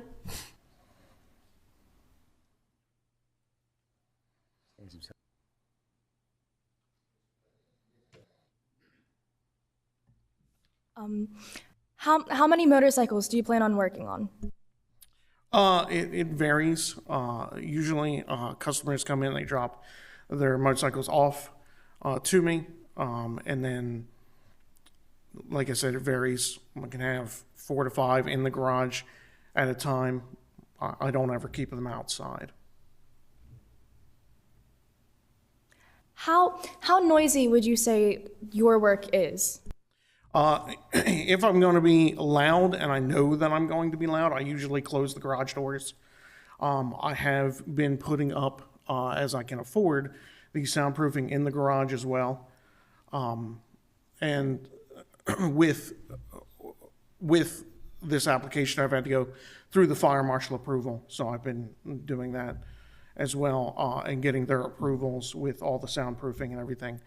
So I close the garage doors. Generally, the motorcycles don't start unless people are taking them off the property, or I need to test and see if the engines are working. Have you talked to any of your neighbors or have you received any noise complaints? I haven't gotten any people at my door complaining about the noise. I've actually worked on a couple of motorcycles for people down the street from me. So I know, as far as I knew, everything was perfectly fine with what I was doing there. I haven't personally received any noise complaints, but when code enforcement was there, they did tell me that the neighbors were complaining about noise, yes. Any further questions? Can you advise what impact this business would have on traffic in your area? Because it's motorcycles, and usually the only impact that I actually see with it is when UPS comes, you know, to drop off parts, things like that. I have the U-shaped driveway there so people can enter and exit fairly easily. Usually don't have many people there at any given time. Only, like I said, when they drop off or pick up the motorcycles. Any further questions? Madam President, I have a question. So I just need some clarification. Is this your sole income? Like, is this your main job, or is this like a side hobby? So when I first started, I was working the 2 jobs. I decided to quit those 2 jobs and, like I said, empty the savings and build this building to do this. I was taking a risk, and luckily it's kind of paid off. It is the sole income right now, between that and the veteran benefits that I have. So it's worked out perfectly for me in particular with being able to take care of my daughters. I'm able to, you know, see them to the bus in the morning and pick them up in the afternoon. I don't have to pay anybody to watch them in the afternoon, especially working 2 jobs. It was getting hectic, but yes, that is my sole income. Any further questions? How does your business affect the property around you in terms of the environmental aspect of it? Sure. So anytime I have any hazardous chemicals, I always keep them in containers and then take them to appropriate disposal sites. Right next door here is Firestone, and they actually accept oil. You can take oil in appropriate containers and drop it off to them. They dispose of it. The items are always kept in the garage. I don't keep them outside unless obviously packages arrive when I'm not there and they're just left on my doorstep. But as far as the parts and all the motorcycles themselves, it's all kept inside of the garage. The only time that they're out is when people are taking them or bringing them in. Any further questions? What are your hours of operation? Do you plan to work primarily in the daytime, or will you work into the evening as well? Sure. So I work 11 to 7 Monday through Thursday and 11 to 5 on Friday. I do that so that I have the opportunity to get my daughters ready for school, get them on the bus, and then do any type of running around that I need to do in the morning. Then I open at 11, close at 7, so that people who get off at 5 have an opportunity to come by and pick up their items if they need to. Friday is just 11 to 5, and I never work on the weekends on the motorcycles.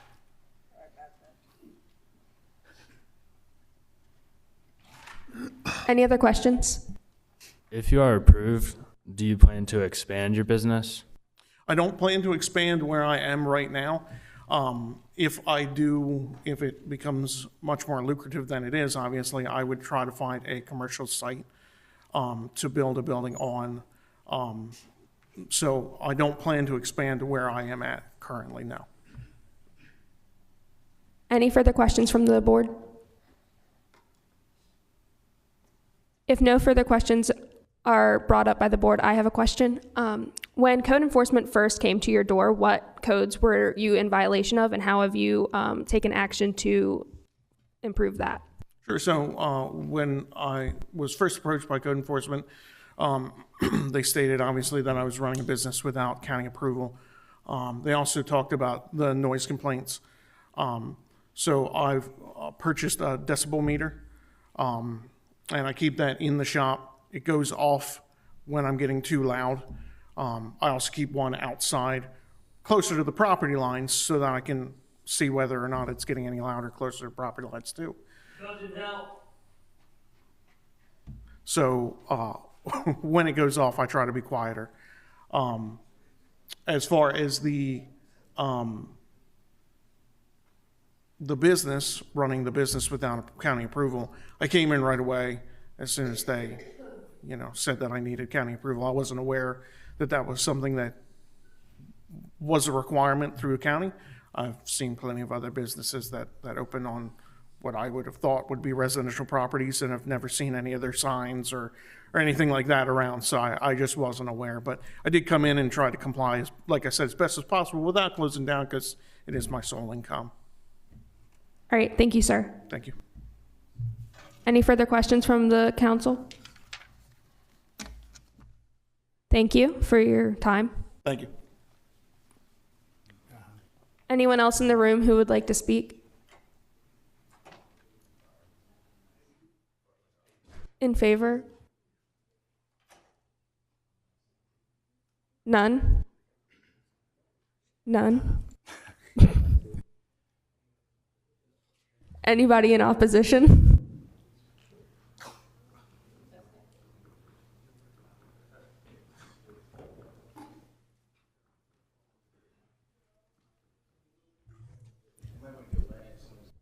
Thank you, sir, for coming forward.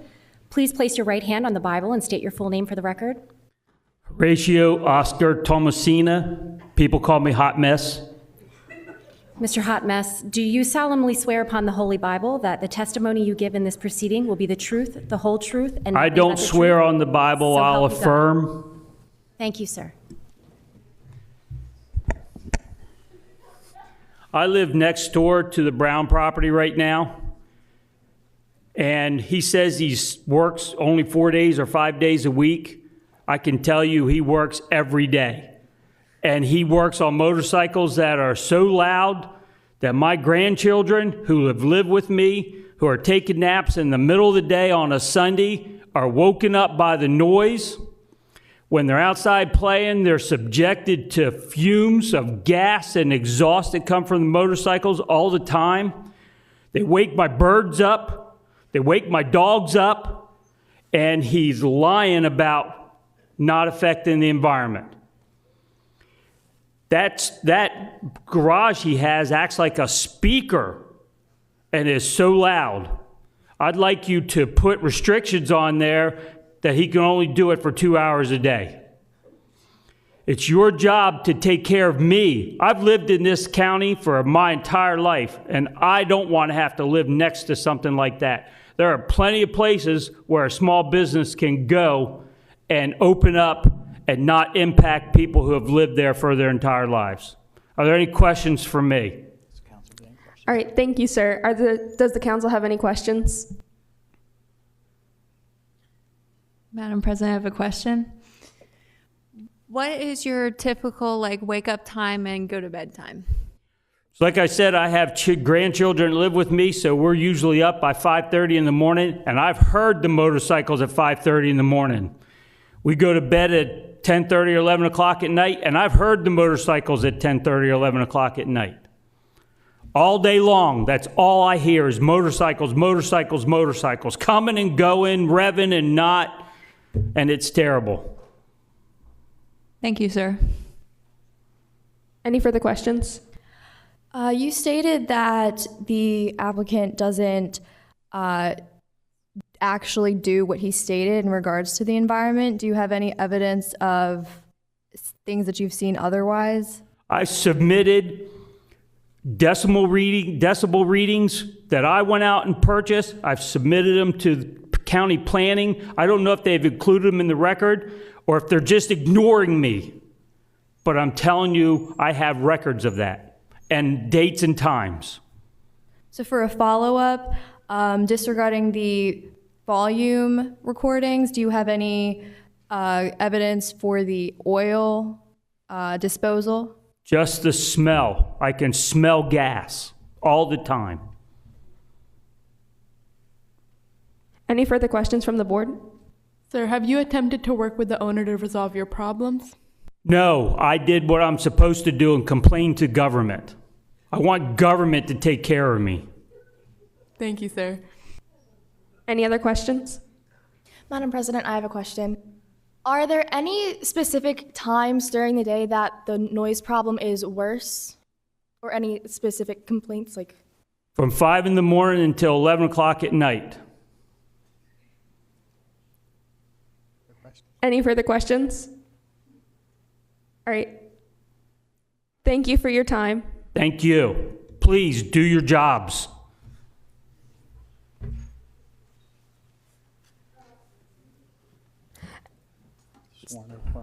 Have you been sworn or affirmed? What do you say? No. Have you been sworn in? No. Sir, please place your right hand on the Bible and state your full name for the record. Aaron Kellum. Do you solemnly swear upon the Holy Bible that the testimony you give in this proceeding will be the truth, the whole truth, and nothing but the truth, so help you God? Yes. Thank you. I vote in denial of this, as expressed by Mr. Brown himself and the citizen. He has received. Can you please speak into the mic? We're having trouble hearing you. My bad. As expressed by Mr. Brown himself and other citizens, he's received multiple noise complaints. And on top of that, he cannot afford the necessary equipment to get soundproofing to ease this problem. Also, he works on multiple motorcycles, and due to this, the development and continued use of his garage and repair system will eventually increase pollution and decrease the air quality in the area. Due to this, the air quality for the citizens in the area and as well as the agriculture around the area will begin to decrease. Therefore, I don't feel like he should be approved for this. Thank you, sir. Does the group have any questions? Madam President, I have a question. So you, sir, where exactly do you live compared to where he lives? I do not live in the area.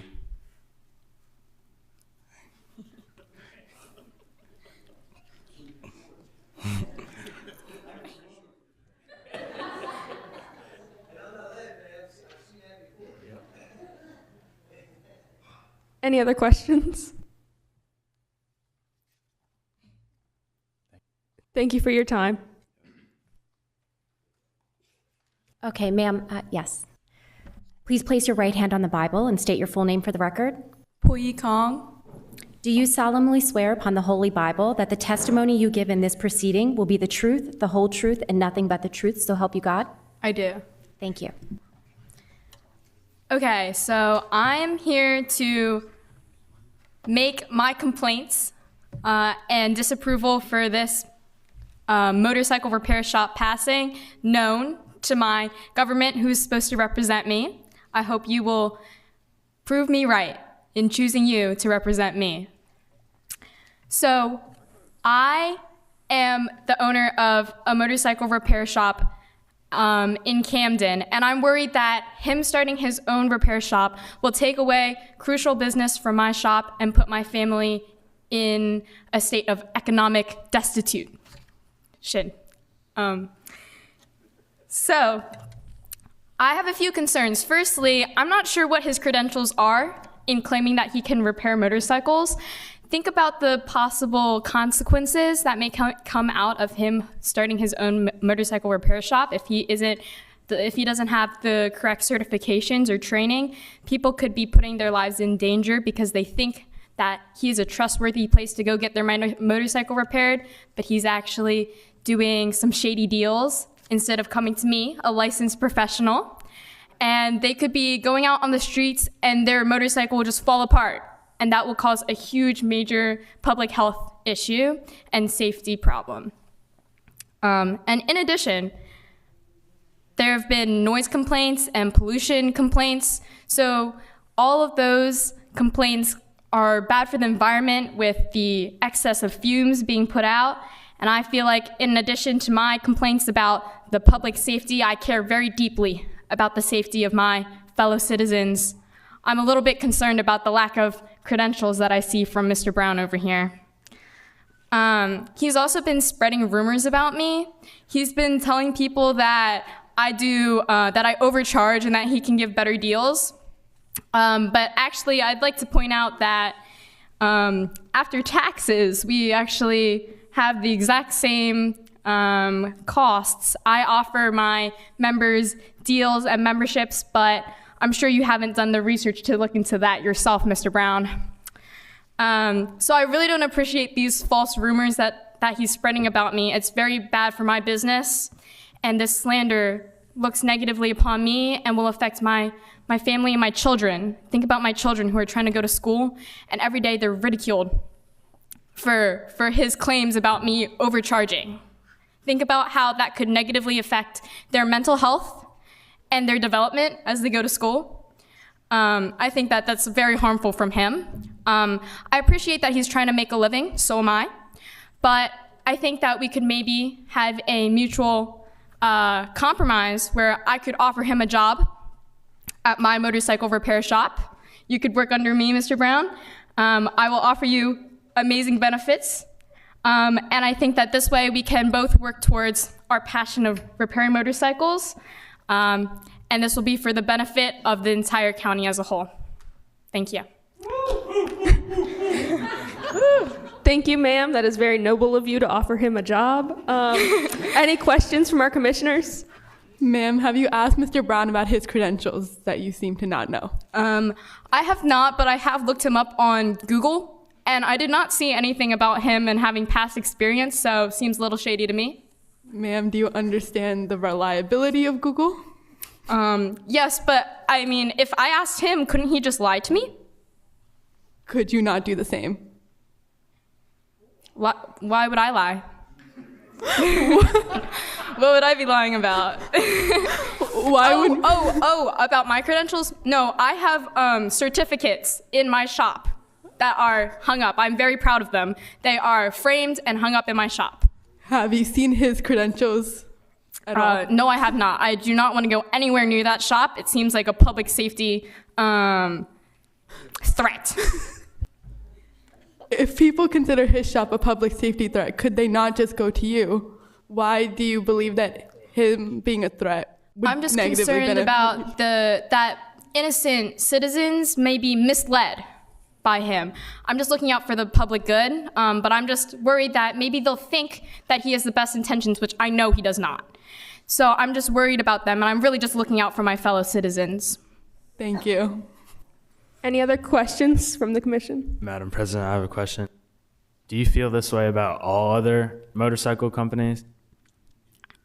Yes, I would. That's why I brought up my complaint a little bit ago when there was another motorcycle repair shop, and I thank you very much for denying that. But I have very much enjoyed being the only motorcycle repair shop in Kent County. I think that's been very good. People have built up a lot of trust with me, and I think why should we ruin that trust now? Any other questions? Madam President, I would like to ask for clarification from staff. Staff, I think that I would like to be reminded as to what we are deciding and what that entails. I do not believe that we should be taking personal opinions into consideration during this. Very well.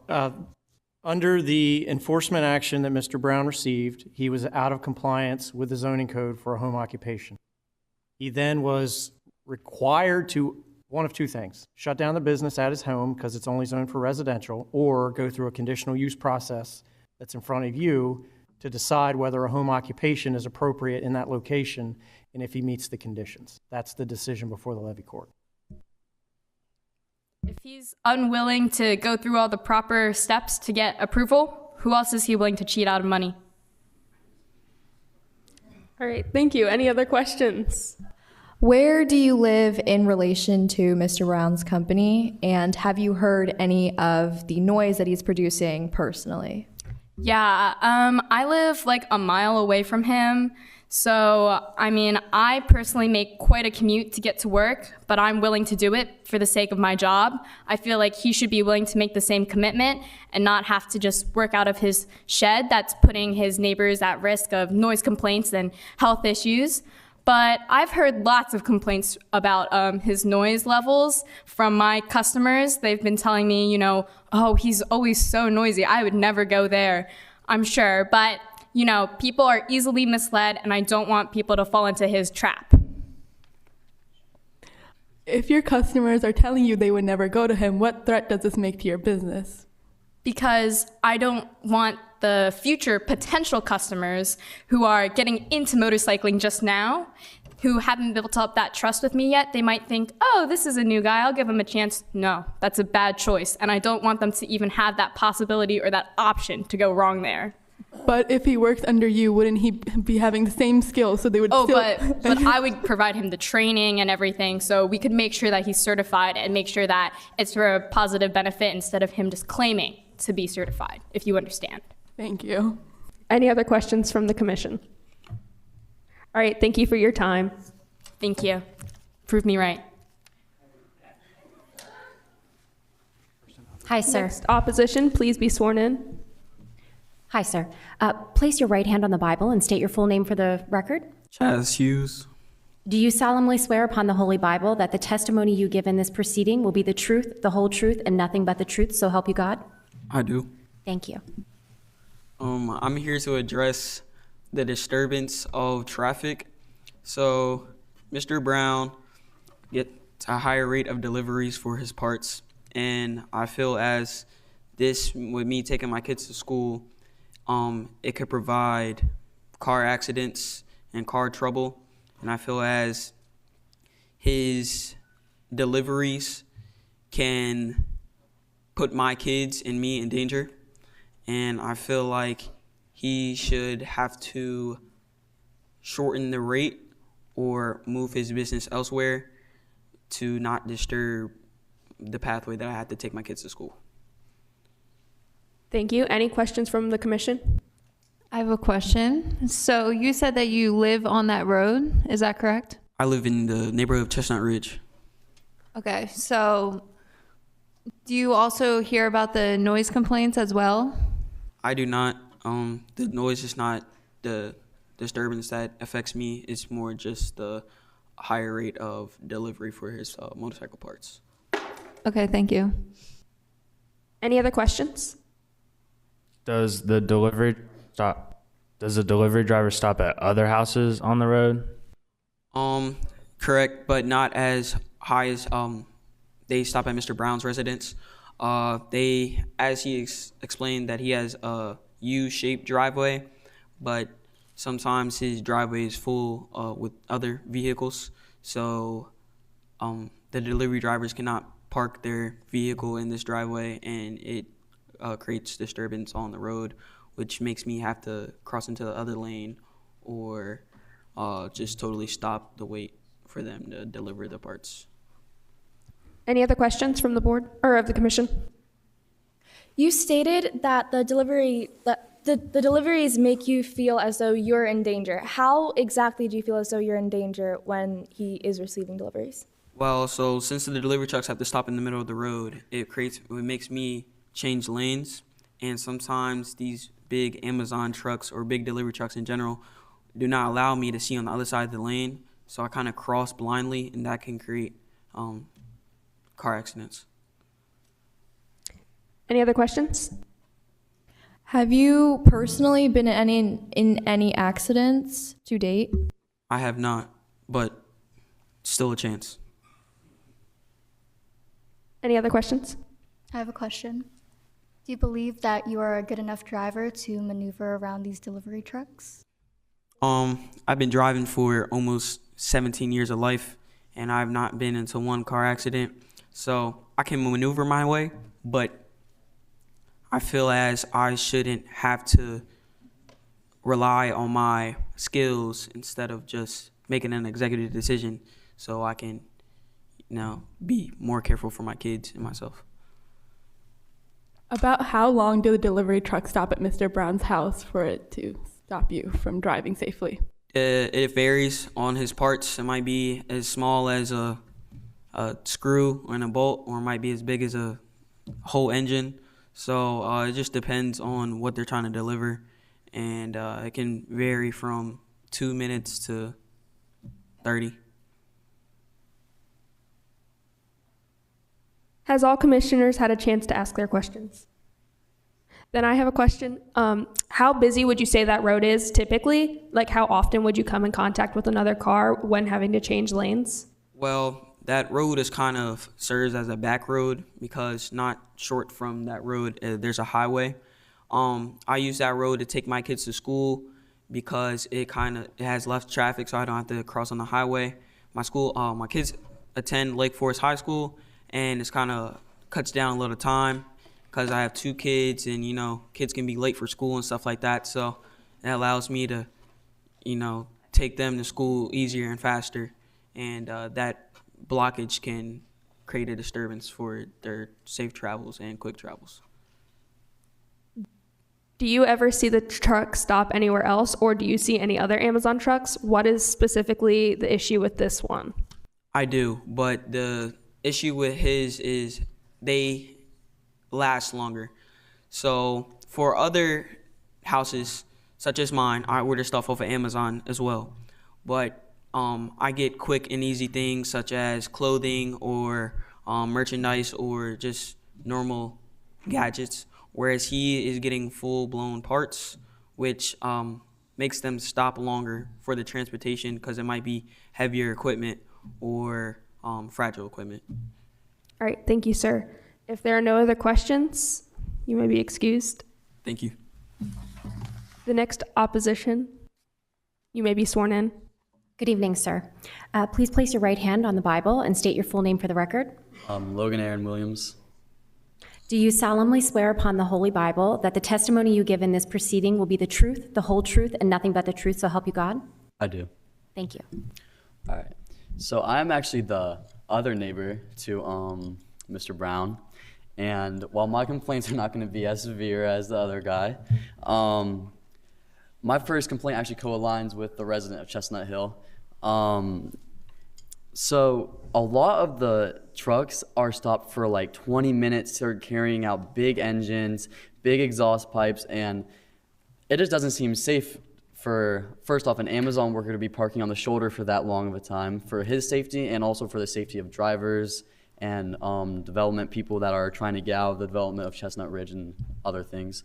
The road is also quite busy, I think, during work hours, like getting off work and going to work, because I take my kids to school on that road, I take that road to work, and it just seems like a very big hazard. And another thing is, so besides the roads, his music while he is doing the motorcycles is absolutely obnoxious, just heavy metal all the time. Like, I cannot stand it. Like 11 p.m. at night, just like Sir said over here. 11 p.m. at night, 5 in the morning, it is so annoying. I'm trying to put my kids to sleep and all I hear is engines roaring, rock, metal. It is just obnoxious. I cannot stand it. And if you're going to have a business, at least, I don't know. It doesn't seem right to me for him to have it just in his extra garage. So I think that he should have to at least make some other restrictions or at least move to a commercial business. It's not right to have a residential business just in the middle of Fox Chase Road with two houses right next to it, no space between the neighbors. It's really inconvenient. All right, thank you, sir. Does anyone have any questions? I have a question. So for these delivery trucks, do they ever block your driveway? They do, actually. So you know that he has a U driveway. So I'm that house like right next to it. And so since he has his garage on the edge right there, his motorcycles are sometimes out, unlike he says. They are sometimes out. So that the Amazon driver cannot pull in. So he pulls up front a little bit onto the shoulder. And then my driveway is blocked at times, and it is hard for me to get out and take my kids to work. What did you say, sir? I'm trying to talk to the board over here. Can you please just not? Order. Sorry about that. Come on. But yes, my driveway is blocked at times. Also, so you said that, do they ever cross your property line into your property, like the motorcycles? They do not. Any other questions? I have a question. So if Mr. Brown were to shorten his work hours and schedule his deliveries to a time where you wouldn't be there or present, would that make your situation any better?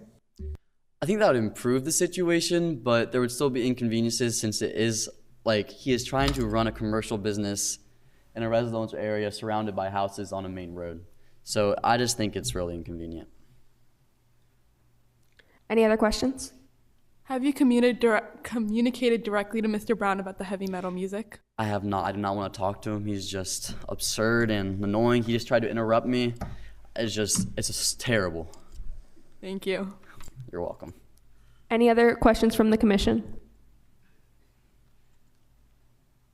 Thank you for your time. Thank you. Next person for the opposition, please be sworn in. Hello, sir. Place your right hand on the Bible and state your full name for the record. Vincent Grillo. Do you solemnly swear upon the Holy Bible that the testimony you give in this proceeding will be the truth, the whole truth, and nothing but the truth, so help you God? I do. Thank you. So I am Mr. Brown's neighbor. I live 4 houses down, and even I can still hear the noise of his motorcycles. And if there is one word to describe him, it is loud. Honestly, I feel bad for his own kids because I assume that they probably have trouble sleeping at night listening to all the ruckus he creates, working on his motorcycles and listening to music. But in addition to the noise complaints, I want to bring up the problem of his lack of signage on his house. Nowhere along his house indicates that he has the motorcycle garage, so I've been awoken at as early as 5 a.m. and as late as midnight by his customers thinking that my house is his motorcycle garage, interrupting myself and my kids' sleep, and it is absurd. In addition to this, he also claimed that he only has usually 5 or so customers a day or 5 motorcycles. That is utterly false. He has as much as 20 people a day standing outside his garage, loitering, being loud, making a mess of the place, and honestly just lowering the standard of the surrounding community. And we need to make this man move to a commercial area, not in a residential neighborhood. Thank you. Thank you. Any questions from the commission? Would the problem be fixed if he did have proper signage on his garage? Part of it would maybe make it so I do not keep interrupted in the middle of the night and early morning by his customers thinking that I am the motorcycle repair guy. But the only way this can be solved is if he moves to a proper garage in a proper area where he can't disturb people. Any other questions? I have one. I'll go. Okay. So do you have any does he have any motorcycles that are not in use right now? He has motorcycles everywhere, in the garage, laying on his lawn, parked in the street. They're just everywhere. There's 20 right now outside his house. If he included noise cancellation measures more than he has already included and proper signage, would your issue be fixed? No, because the noise cancellation methods do not work. How do you know if he hasn't included them yet? They just don't work. I can still hear it. He said he's puts up the soundproofing, but I can still hear it just as loud, and I'm 4 houses down. Okay, thank you. Any other questions? Have you expressed your concerns with Mr. Brown? Yes, multiple times, and I can tell that he is a crazy man, and he does not want to hear it from anyone. All right, thank you for your time. Any other questions? All right, thank you very much. Thank you. Next person opposition, please be sworn in. Thank you, ma'am. Place your right hand on the Bible and state your full name for the record. Norma Lee. Do you solemnly swear upon the Holy Bible that the testimony you give in this proceeding will be the truth, the whole truth, and nothing but the truth, so help you God? I do. Thank you. Thank you.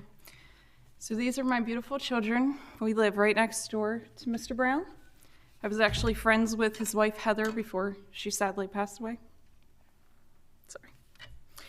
So I presented this presentation to staff today to tell you about the health, safety, and welfare that we are having to deal with his business.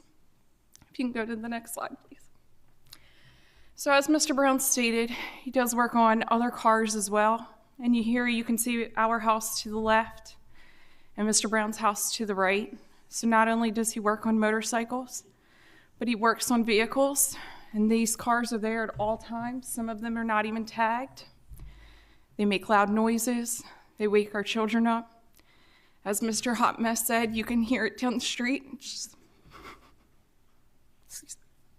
so sad. If you can go to the next slide. Again, you can see the cars a little better here in the next slide. This was Easter as we were trying to have our Easter dinner. My husband is away right now in Ukraine because he's a pediatric doctor. Sorry. So while we were trying to have dinner, he was out there with all his friends. Ma'am, please contain yourself. Sorry. He was out there with all of his friends, hooping and hollering. They were revving motorcycles. I guess it was like a customer appreciation day on Easter, on Sunday. Next photograph. This is just one of the motorcycles that we have to look at in his backyard because we are his neighbor. We have to look at stuff like this.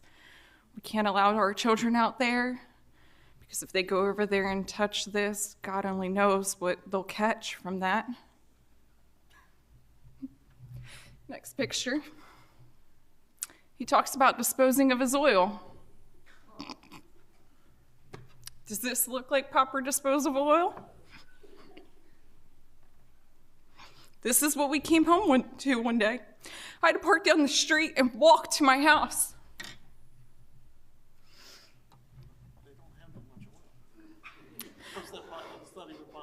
It is possible. This is from your house. That's not my property. Next picture. This is water coming out of my faucet. How is this acceptable? He's contaminating our wells. Ever since he's been doing this, there's been a strange taste and smell. I mean, there's cancer-causing chemicals of all the stuff that he's got out of these motorcycles and vehicles. He's asking for motorcycle repair and he's working on vehicles. So I ask you, please, do not approve his application. Make him go to somewhere that's commercial. So any questions? Thank you, ma'am. Any questions from the commission? Is there any proof that the change in your water is due to Mr. Brown's business, or is that just speculation? Well, I would say it's a coincidence that when he started this business, shortly after that, this is what we got. Any other questions? As we heard Mr. Brown earlier saying that that is not his property, do you have evidence of these images being his property? I mean, again, they're time stamped. I live right next door. That is his house. Any other questions? Thank you for your time. Thank you. Anyone else for the opposition? Oh. I close the public hearing. I turn it over to the 4th District Commissioner.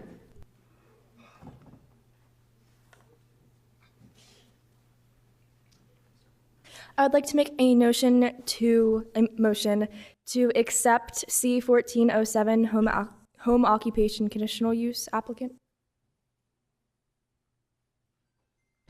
Motion to approve C1407 home occupation conditional use. All those in favor? Second. Oh. A second? Second. All those in favor? Ms. Brenda, call roll call. Yes. Present. Yes. Yes. Yes. Yes. No. Yes.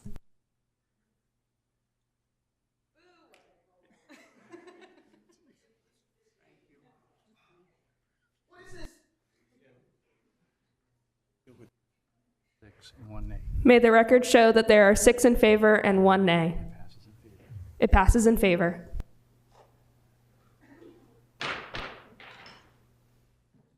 All right. Give yourselves a round of applause. Have you all done this before?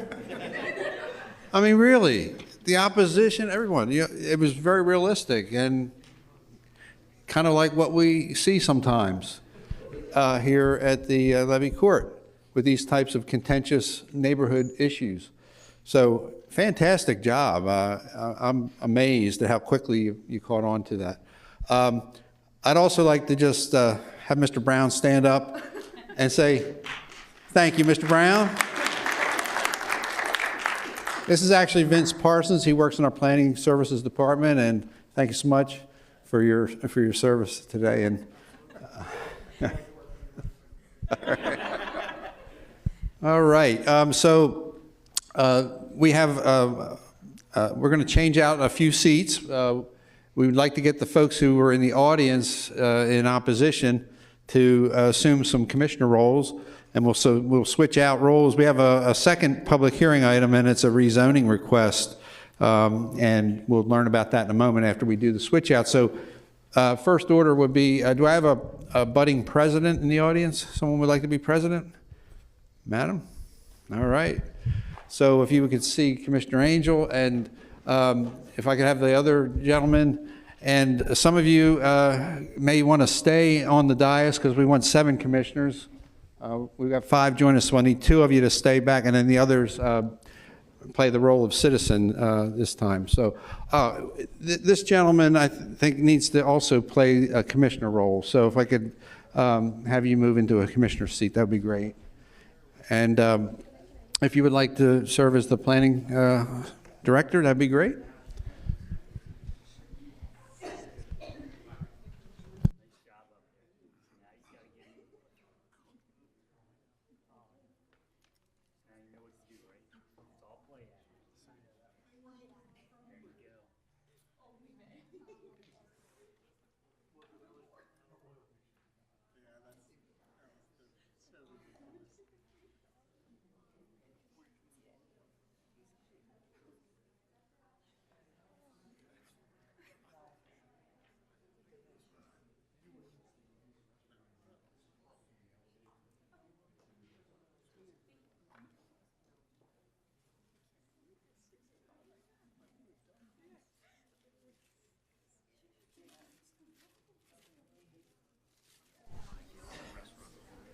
All right, we're gathering the names so that we can take the roll. Once we get that done, we'll get started.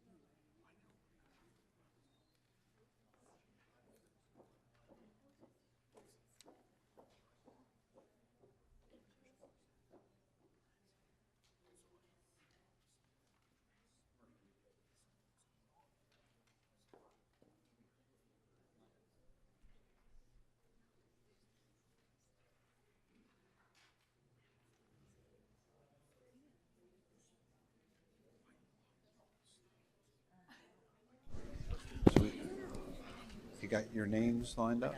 Okay.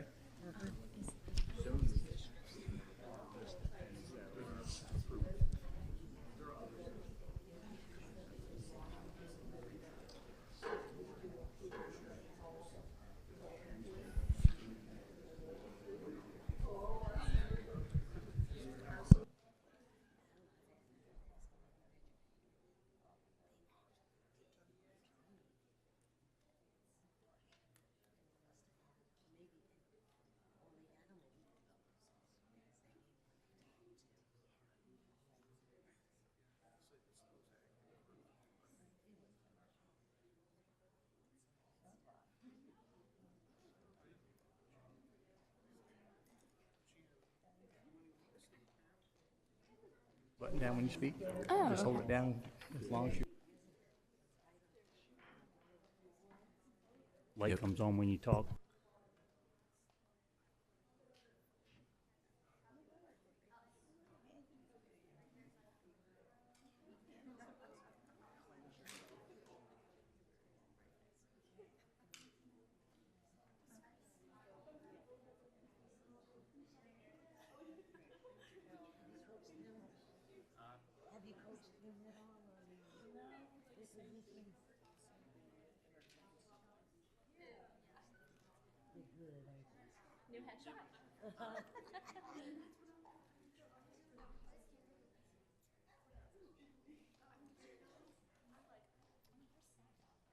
Are we ready?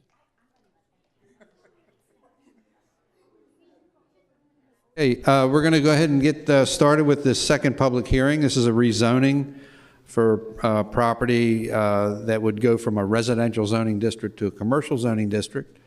And I'm going to turn it over to the president. Hello, this is case Z-14-02, rezoning on Route 10, residential to commercial. Applicant Joe Smith, owner George J. and Patricia Lukosavich. Present comprehensive plan designation, highway commercial. Proposed comprehensive plan designation, same. Do we have any questions for the staff or commissioners? Staff. Can we have an introduction? Sure. You did a good job so far. This is a this is a rezoning application. As you can see, Exhibit A on the screen. It's in an area that is shown in yellow, which is a residential zoning designation. He's seeking to rezone to a commercial BG, general business district, which is similar to a little bit south of here and across the highway on Route 10 for a commercial use. So that's basically the application. It's a vacant property. These are some shots we took. We posted the property. It was advertised. There's a comprehensive plan that does call for some additional commercial rezoning in this area.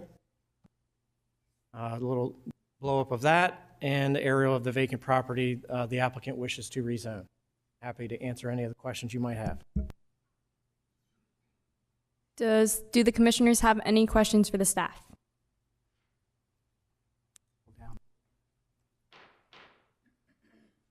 I now declare the public hearing open. Any questions, please come forth. Anyone in favor, please come forth. Have you been sworn or affirmed? I have not. Thank you, sir. Place your right hand on the Bible and state your full name for the record. Joe Smith. Do you solemnly swear upon the Holy Bible that the testimony you give in this proceeding will be the truth, the whole truth, and nothing but the truth, so help you God? I do. Thank you. Thank you. Good morning, everyone. Thank you for having me here. My name is Joe Smith. I am the applicant for this rezoning. I'm in the pizza pie business and have been my whole life. I own Simply Great Pizza. They're on Lebanon Road, a little up the street from the property that is seeking rezoning. This is a family business. We've had in our family over 32 years. And I want to further grow the business and maybe offer a new line of pizzas, some healthier options, vegan, fresh, local ingredients, even working on a new app for ordering. Simply Great Pizza, for those of you who have had our pizza before or know about it, is very popular in the area. As a matter of fact, Delaware Today magazine has rated it top 10 for the last 5 years in a row. Of course, this will take a lot of additional investment, and unfortunately, my current landlord wants to double my yearly rent and is requiring me to sign a 10-year lease. So that's not really going to allow me to do the things I want for the new business. So I decided to purchase a property and build my own pizza parlor. So luckily, I found a property just down the road from my current business that's exactly what I need. Unfortunately, it is currently zoned residential, not commercial, which is why I'm here today. If you look around the property, you will see that there are already a lot of commercially zoned properties in the area along Lebanon Road. A number of my customers are local, and I really don't want to locate too far away and lose their business. Since the rezoning application has been advertised with the sign and in the newspaper, I've received no complaints from the county or anyone. As a matter of fact, I started a petition of support at the restaurant. I have only over 120 signatures for people in support, and I have that here as evidence if you'd like to take that. As previously mentioned by the planning staff, the county's comprehensive plan has already identified this parcel for highway commercial in anticipation of a business just like mine. My business is open from 11 a.m. to 10 p.m. Monday through Saturday. It's closed on Sundays. So I really won't be disturbing the neighbors late at night or anything like that. I realize it's residential behind it. The business currently employs 22 employees, and we also fund some local charities. We even sponsor a local pickleball team. So in closing, I'd really appreciate if you could see fit to rezone this property. I've looked for months in the area, and I just can't find another parcel like it for sale, as this one really suits my needs. And unfortunately, if the rezoning is not approved, there's a good chance I'll have to close the business after 32 years. So have some coupons up here if anyone wants some free samples of the pizza. Just in your interest, just see me after the meeting. But thank you for your consideration. Thank you, Mr. Smith. Do we have any questions for the applicant? Commissioner? You said you were rated top 10 for your restaurant business. That is correct, Commissioner. At your prior residence or wherever you were selling pizza before, how many customers if you had to give a number, how many customers did you have, and how did that affect traffic? So we do a lot of delivery business and takeout. We have a small area for eat-in. So, a lot of our customers don't actually come to the store. Again, it's largely delivery. But if I had to place a number, I'd say 15 a day. Again, we just have a small in-eat area. Most of it's takeout or delivery.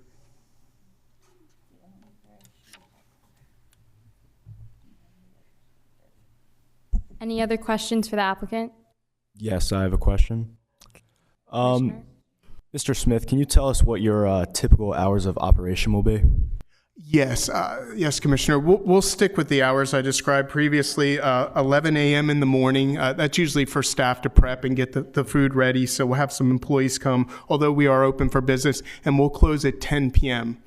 So no further traffic will be in and out, delivery vehicles, and again, on Sunday we'll be closed. So there'll be no business at the office or at the store. Any further questions for the applicant? Madam President, I have a question. Commissioner?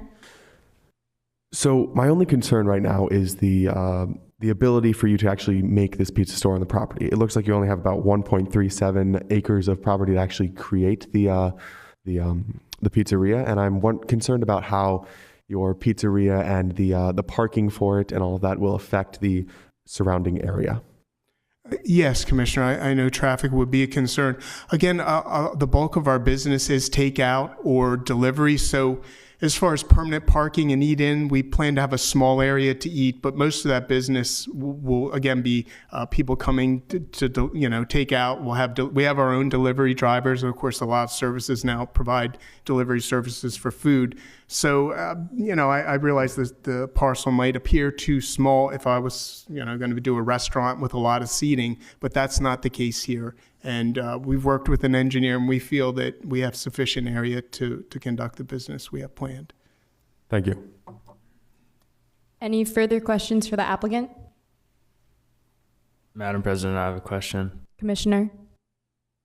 With other commercial places available in the area, why is this area so important? Yes, Commissioner. As I stated earlier, again, we don't want to relocate too far away from our customer base. So although, there's some other commercial, I've looked for the last couple months since my landlord told me that he was going to raise the rent and make me sign a 10-year lease, and I've been unable to locate any suitable property that is for sale that I could get. This is the only property for sale. Unfortunately, it's not zoned commercial, which again is why I'm here today. Any further questions? Madam President, I have a question. Commissioner? So the area that you are planning to build in is residential at the moment. Like mostly there is some commercial and it is building in the commercial, like in a commercial way. But what accommodations do you plan to make for that residential area that is still remaining in the area you plan to build on? Yes, Commissioner. Certainly we'll comply when we design the site with any buffer requirements or anything like that to separate maybe visually from the surrounding residential areas. We're not a big noise generator. Obviously, the pizza business isn't like the previous application. I don't foresee a lot of noise complaints. So I think we can blend in with the surrounding area. Again, it's a lot of residential across Lebanon Road and nearby. The residential is mostly behind. So I don't feel we'll have a huge impact on them. Thank you. Do we have any further questions for the applicant? I do. Directed to the other commissioners during discussion, we need to focus on the rezoning itself. Having said that, does this rezoning application comply with the comprehensive plan and with the standard of review as articulated in the Kent County Code? Yes, my understanding, Commissioner, is designated in the comprehensive plan as future highway commercial. So I believe it is in conformance with the comprehensive plan. We could check with the planning staff here, but that's my understanding. That is a true statement, and should the Levy Court decide to rezone, the applicant would also have to follow up with a site plan application to address things like building and parking and buffers and setbacks. Any further questions for the applicant? I have a question for staff. Commissioner? If the site is to be changed to commercial, what else could be built on the site? The rezoning would apply, if rezoned, any of the uses available in the BG zoning district, and there's probably 200 different uses, could potentially go there. So this applicant is proposing to do a pizza restaurant, but it's also possible that that property could be sold, so that is something for the commissioners to consider. Any further questions for the applicant? Can I specify on his question? So what would be the range of you, like, do you have an idea at all of like the range of uses that, just like an idea? It could be a gas station, it could be auto repair, a contractor's establishment. There's, like I said, there's 200 different kind of commercial uses, you know, up and down the highway here in Dover. Pretty much anything you see on that highway could potentially go on this property. Thank you. I have a question for the planning director. How long do you expect this building to take to complete? That's probably a better question for the applicant, but should he get rezoned and his site plan approved, pending site plan approval, he has 2 years to pull a building permit. If he doesn't pull a building permit within that time, his plans would be voided. But should you rezone it, the zoning would stay put and would not revert back to single-family residential. So, Mr. Smith, do you have any plans, or what are your plans for this 2-year period? Have you already made considerations for how long it will take for you to get this building completed? Yes, Commissioner. I've already touched base with an engineer and started preliminary site design to see if it was even feasible before we even went to the trouble to rezone it. My current lease expires in about a year, so my preference would obviously be move quickly before I have no place at all to have my pizza business. Any further questions for the applicant? Anyone else in favor? Please come forth. Thank you.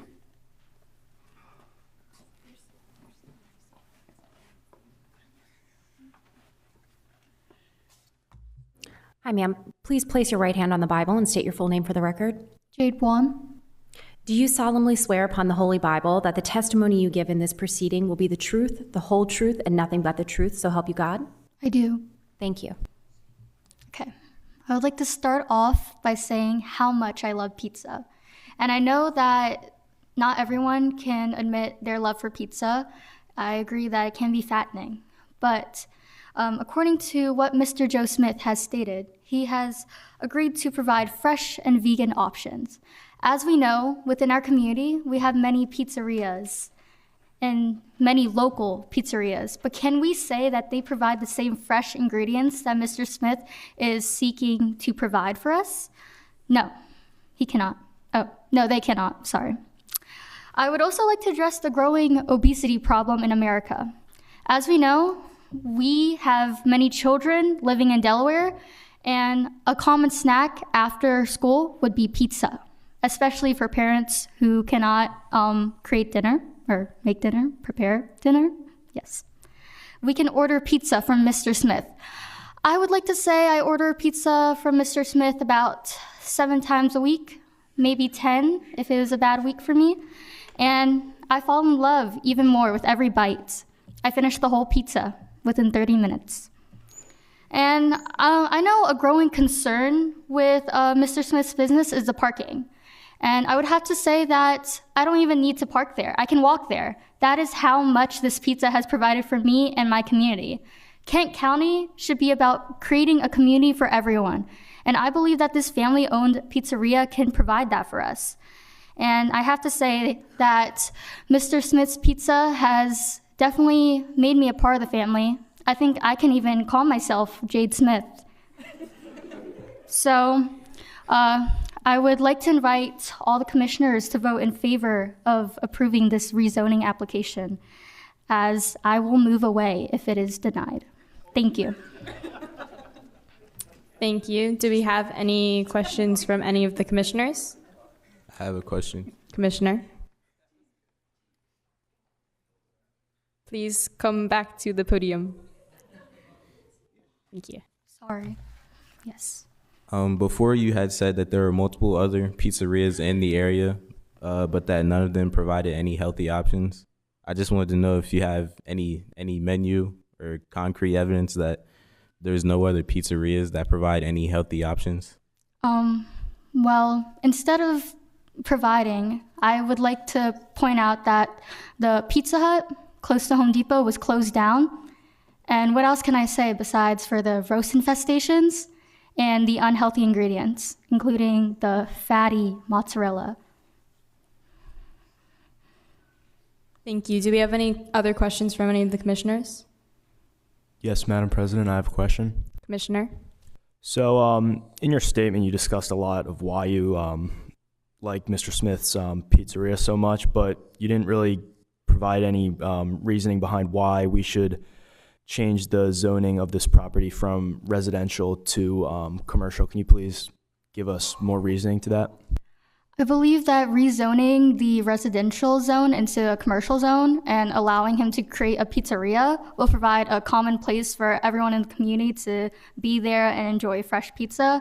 So not only does it improve the general health of those who are eating a lot of pizza like me, but it also provides a place for everyone to come together and build a nice community within Kent County. Thank you. Do we have any other questions for the applicant? Thank you. Do we have anyone else in favor? Have you been sworn in or affirmed? Yes. Sir, actually, place your right hand on the Bible and state your full name for the record. That's William Brown. Do you solemnly swear upon the Holy Bible that the testimony you give in this proceeding will be the truth, the whole truth, and nothing but the truth, so help you God? No, I do. Thank you. I just wanted to give a character reference, Mr. Smith. After my wife passed and I came back, Mr. Smith was kind enough to give me one of my 2 jobs and paid me above what typically would be paid to a delivery driver because of the situation that I was in. So if he says that he's going to comply with anything that the county asks him to comply with, I believe 100% that he is telling the truth. Thank you, Mr. Brown. Do we have any questions for the applicant? I do. Condolences to you and your family. However, your situation with your job and your occupation, how does that pertain to the rezoning of the business? Sure. It's just a character reference more for Mr. Smith in the idea that he is going to comply. If he tells you that he's going to comply with something, he's definitely going to do it. So that's really more my take on it. Thank you. Any other questions for the applicant? Thank you. Is there anyone else in favor? Anyone else in favor? Seeing no one else in favor, I would like to invite all those opposed to please come forth.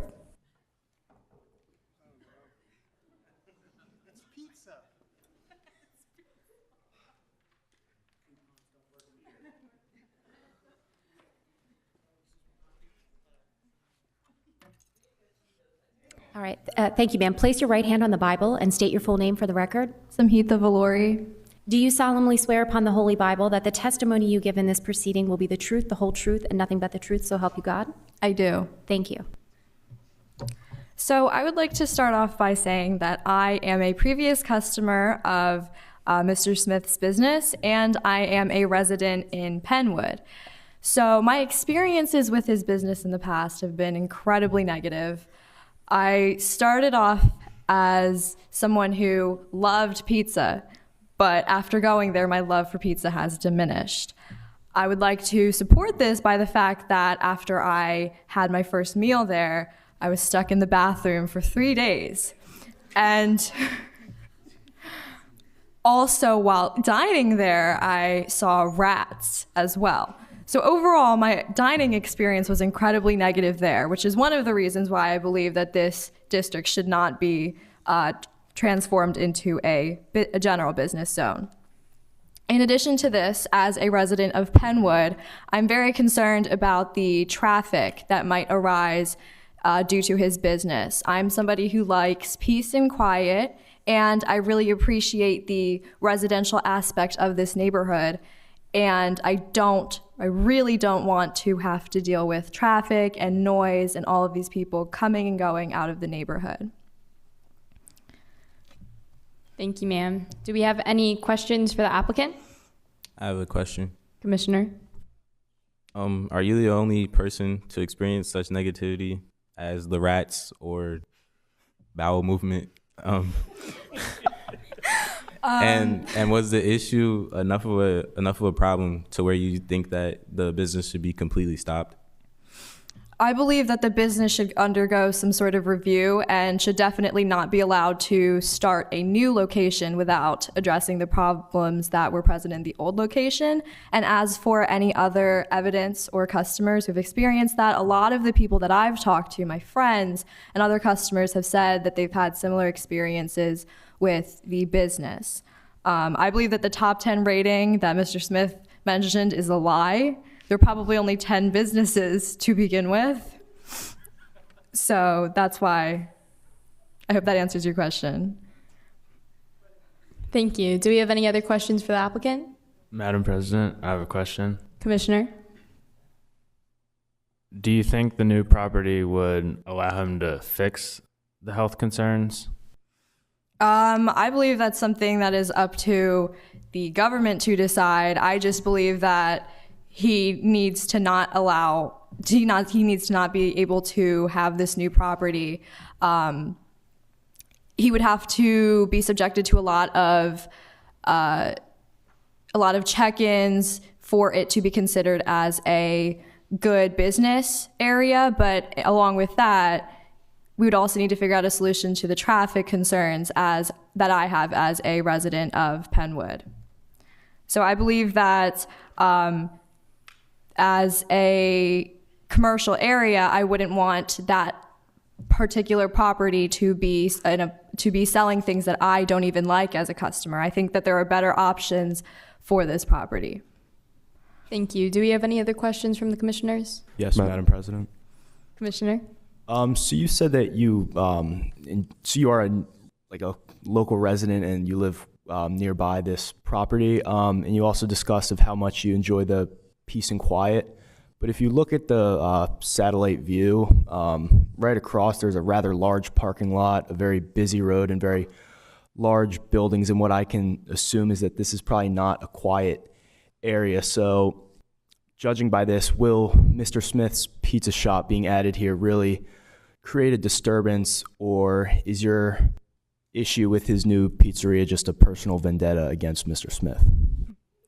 Well, I live in Penwood, which is farther backwards from the location, and that parking lot is, so the property is in between this parking lot and my residence. So I believe that the traffic and the noise concerns would be a lot more prominent with this because of this proximity. The parking lot has not, in my opinion, affected me, and it is something that has always been there. But the traffic concerns, I think, would be a lot bigger of a problem. Thank you. Do we have any other questions for the applicant? Madam President, I have a question. Commissioner? Considering that he has explained that it is primarily a delivery service, how would you think that pertains to this traffic problem that you are calling to? Considering that he is primarily a delivery business, I think that increases the chances of traffic and congestion and all of these concerns that arise with that business aspect. Thank you. Any other questions for the applicant? I do. Commissioner? I would like to continue to state that we are focusing on the rezoning aspect instead of the personal opinions on the pizza and the food and bowel movements, I guess. So, yeah. Thank you. Any other questions? Madam President, I have a question. Commissioner? So to go off of to what my fellow commissioner said, to go get back to zoning, if he were to move and follow regulations like he says you will, and he also says that he wants to introduce fresh products, and this could get rid of a lot of issues that you have with him being in business. And another thing is, Penwood is on the opposite side of what they were saying about the commercial area, but there also is no access from Penwood to that lot. So how would that really create an issue?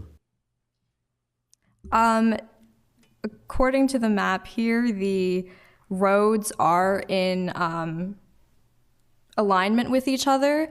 So I'm concerned about the noise, and I believe that would still affect, even though they aren't super close to each other. I believe that the noise from the business would still affect my residents.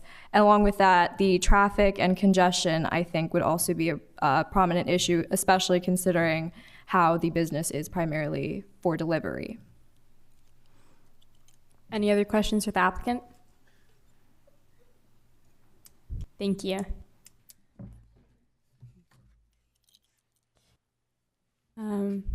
Have you been sworn or affirmed yet? No. Okay. Place your right hand on the Bible and state your full name for the record. Miss Mia Pizzapopoulos. Do you solemnly swear upon the Holy Bible that the testimony you give in this proceeding will be the truth, the whole truth, and nothing but the truth, so help you God? I do. Thank you. I would just like to say that this business is cultural appropriation. He is not Italian. No one in his family is Italian. I'm Italian. And so is my sister, and so are her children. I am an Italian aunt. No one in his family is Italian. No one. There are many small Italian family businesses in this town, in this county, and in this state. And we should not be taken over by someone who does not even know what real Italian is. I live in the area, and so does my sister. We live together with her kids. And we fly the Italian flag outside of our house with pride. I feel as though he saw that flag and was like, you know what, that would be a good idea for a business. He is not even Italian. I will say that again, not Italian.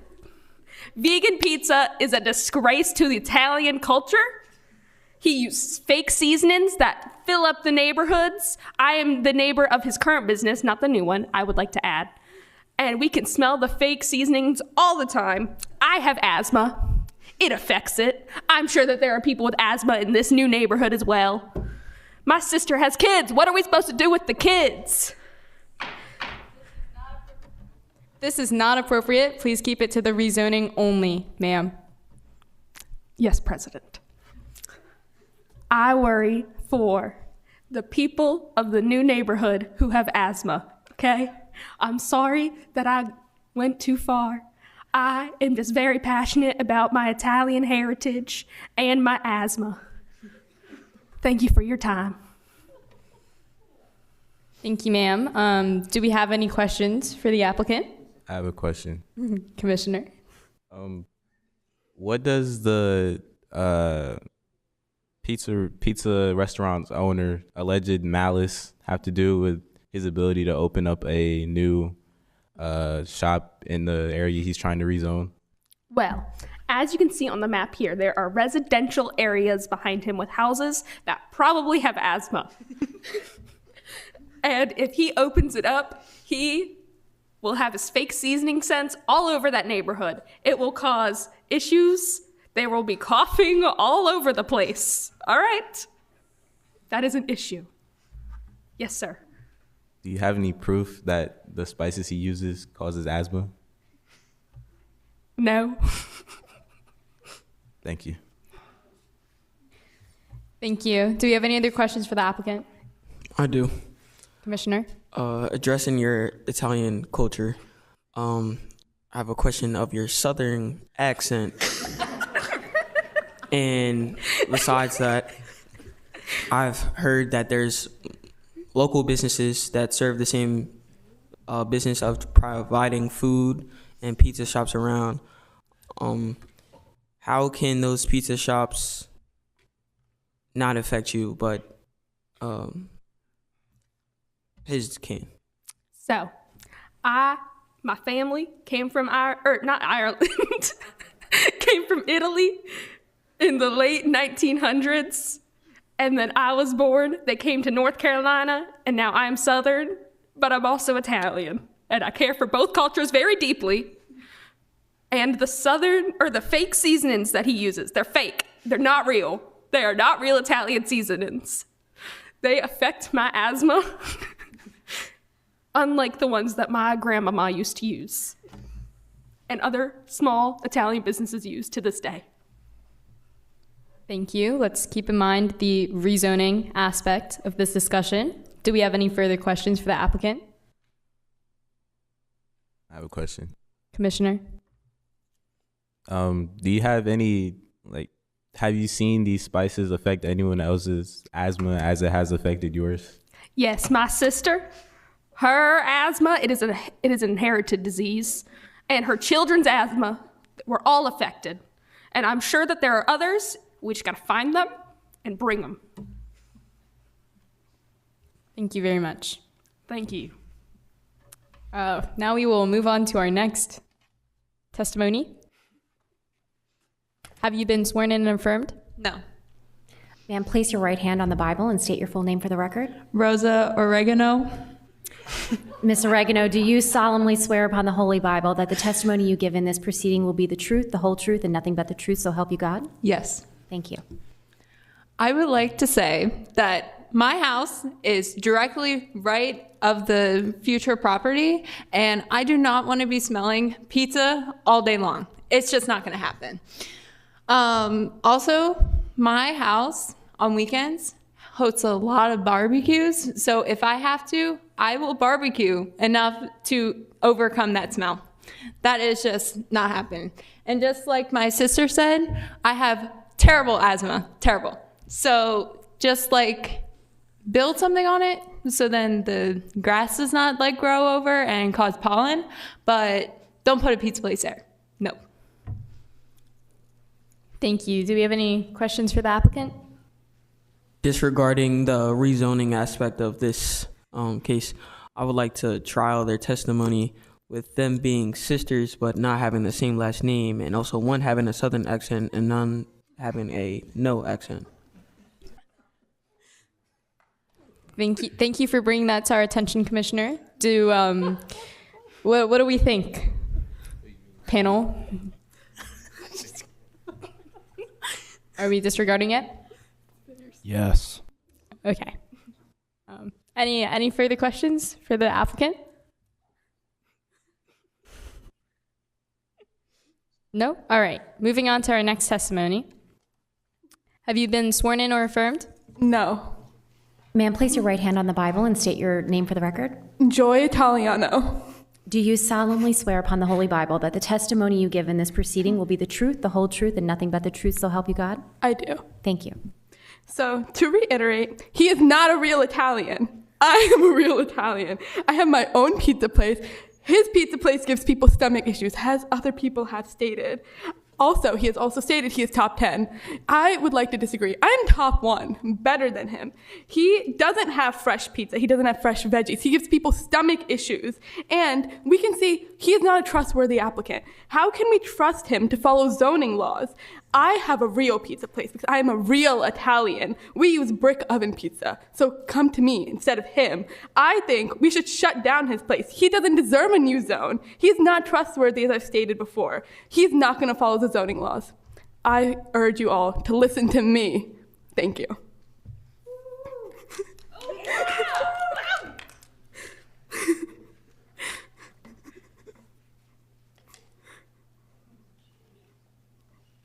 Do we have any questions for the applicant? I do have a question. So can you give some examples to what makes him not trustworthy? Because you kind of just said he was without any examples or Yes. reasons. So, customers trust him to give him good pizza, correct? So why are they getting stomach issues? Why are they on the toilet for 3 days? Why are they having all these issues? They should be able to trust his pizza and trust him as a business owner. Thank you. Any other questions for the applicant? I have a question. Commissioner? You claim that your business is better, so I would like to ask what the real effect of the rezoning would be in aspects to you, since you're already better and he wouldn't prove to be competition. I don't want my customers to be harmed because in the case that I am out of business for one day, they may go to him thinking he has good pizza in comparison, even though I am better. And then they're going to be harmed and then they'll be afraid of pizza. As other customers have stated, they don't want pizza anymore because of the bad experience. I don't want my business to be ruined because of his bad pizza. Thank you. Any other questions for the applicant? I do. Where is your business located in reference to his? My business is located 5 miles away. Thank you. Any other questions for the applicant? Okay, thank you. Moving on to the next testimony. If you are repeating If you're repeating similar grievances, please keep it to a minimum. Thank you. Ma'am, place your right hand on the Bible and state your full name for the record. Esmeralda Fitzmonster. Do you solemnly swear upon the Holy Bible that the testimony you give in this proceeding will be the truth, the whole truth, and nothing but the truth, so help you God? Yes. Thank you. So I have provided a presentation here about the dangers of too many pizza restaurants. There are many pizza restaurants in our area, and pizza equals crime. If something happens to you, if you're mugged, if you turn around, there's a pizza restaurant. Let's see, the crime rates, as there are more pizza restaurants, the crime rate, it just goes up. So the study provided by Fitzgerald, Winson, and Ross. We have another one here that shows the pizza stores, crime, and the quality of life. It just goes down with the number of rising pizza restaurants. So I just want to ask the board to deny this rezoning because they're going to put a pizza restaurant there, and when they do, more crime will happen. So thank you. Thank you, ma'am. Any questions for the applicant? Yes, Madam President. Commissioner? So you discuss how adding more pizza stores will increase the crime, yet Mr. Smith already owns a pizzeria. He is only moving the location, and as he stated, this is not going to be a big move. So can you please explain to us how him moving his pizzeria will affect the crime? The crime will be closer to my house. Thank you. Any other questions for the applicant? I have a question. Commissioner? In your presentation, you have this graph right here. Yes. Do you have anything that could affirm that this is a credible graph? Well, I can send you the study that Fitzgerald, Wilson, and Ross did. They take crimes and they figure out the mile radius from a pizza restaurant. And there are other studies that also explain this phenomenon. I don't know why. I feel bad for pizza, but it's true. More crime happens. Any other questions for the applicant? Can you explain the location of your residence? I live right behind on Windswept Drive, right behind where the restaurant's going to go. Follow up on Route 10. Do you feel like there are a significant amount of commercial land? I think that there is a lot, and there's enough commercial land. I understand that the comprehensive plan says that should turn into business, but I think there's enough business zoning in that area that this one does not need to be turned into general business. It should stay residential. So my question for you is, your main concern is that a pizza store will be built here rather than any other type of commercial building? Yes, but I do think there's enough commercial zoning in that area. Thank you. Any other questions for the applicant? All right, thank you. Thank you. Do we have anyone else who is opposed? Oh, yes. Sir, place your right hand on the Bible and state your full name for the record. Do what? Place your right hand on the Bible and state your full name for the record. My name is Jody Sweeney. Mr. Sweeney, do you solemnly swear upon the Holy Bible that the testimony you give in this proceeding will be the truth, the whole truth, and nothing but the truth, so help you God? Could you repeat that? Do you solemnly swear upon the Holy Bible that the testimony you give in this proceeding will be the truth, the whole truth, and nothing but the truth, so help you God? Yo. Great, thank you. Well, as a vegan, I find it deplorable that one more meat-eating restaurant is going to be built. I mean, the very thought of eating these defenseless animals is, well, like yucko. And I think that we need to put a stop to it right now. And I'll pose for a moment for pictures. Okay. But anyway, as I said, it's deplorable to think that people are eating these assassinated, defenseless animals. So I leave you with this heart-piercing question. How would you like to be served on a pizza?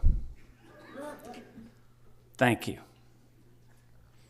Thank you, sir. Any questions for the applicant? I have a question. Commissioner? Are you aware that there's pizza options that are vegan? Yes. And are you aware that that regular pizza with just cheese, are you familiar with how cheese is made? You don't have to kill an animal? Well, that's what they say.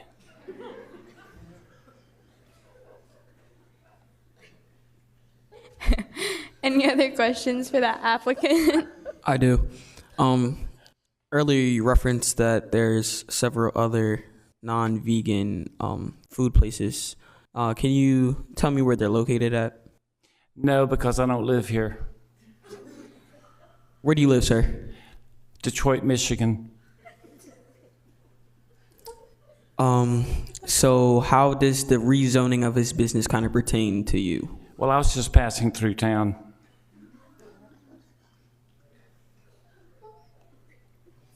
Any further questions for the applicant? To the commissioners, I feel like his testimony is irrelevant. Do we have a second? I second that motion. I second. Okay, we will disregard this testimony. Thank you. You can still take pictures.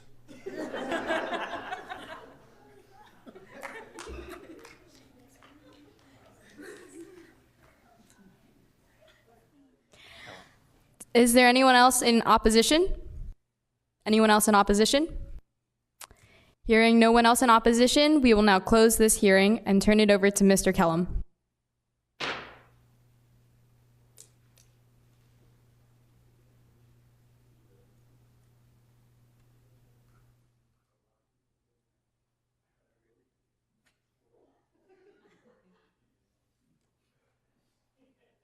I would like to make the motion to approve the rezoning of the the residential area. Do we have a second? I second. Hearing a motion in a second, will you please call the roll? Yes. Yes. No. Yes. No. Yes.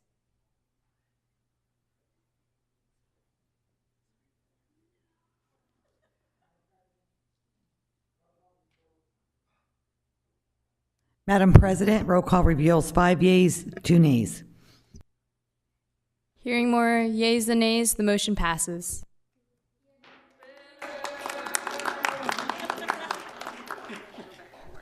Wow. Well, that was pretty cool. And both of these cases were based on real-life applications that came in through the Levy Court, through our planning office. Now, these were 2 land use cases, and this is not the only thing Levy Court does. I mean, there are other things, but these are the types of items that tend to bring out differing opinions in citizens. So that's what we thought would be useful. We did have 2 other items we were going to have you debate on the schedule. We had a dress code policy and a social media use policy, but we kind of running behind. Ms. Pitts, where's Kelly? Oh, there you are. And I know we have to board you onto a bus to get you over to our public safety department. And the buses, we want them on the bus about 11:45, is that right? So we're going to have to, I guess, adjourn the public hearing. I'm going to allow the president to formally adjourn it, and Commissioner Sweeney is going to guide that. And anyway, this has been a great meeting. Jody? Is there a motion to adjourn this meeting? Is there a motion to adjourn this meeting? I second. I make a motion. Is there a second? A second. Hearing a motion, and there's a motion and a second, so this motion, all in favor, please signify by saying aye. Aye. Aye. All those opposed, please say nay. Hearing more ayes than nays, this motion passes. Are there any commissioner comments?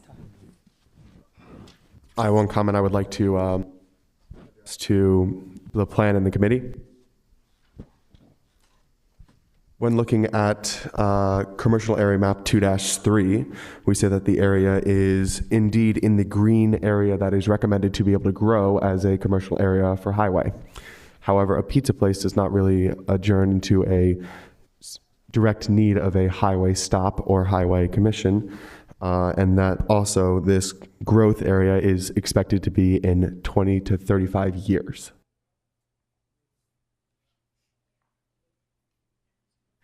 Thank you for that information, Commissioner. I now declare this meeting adjourned.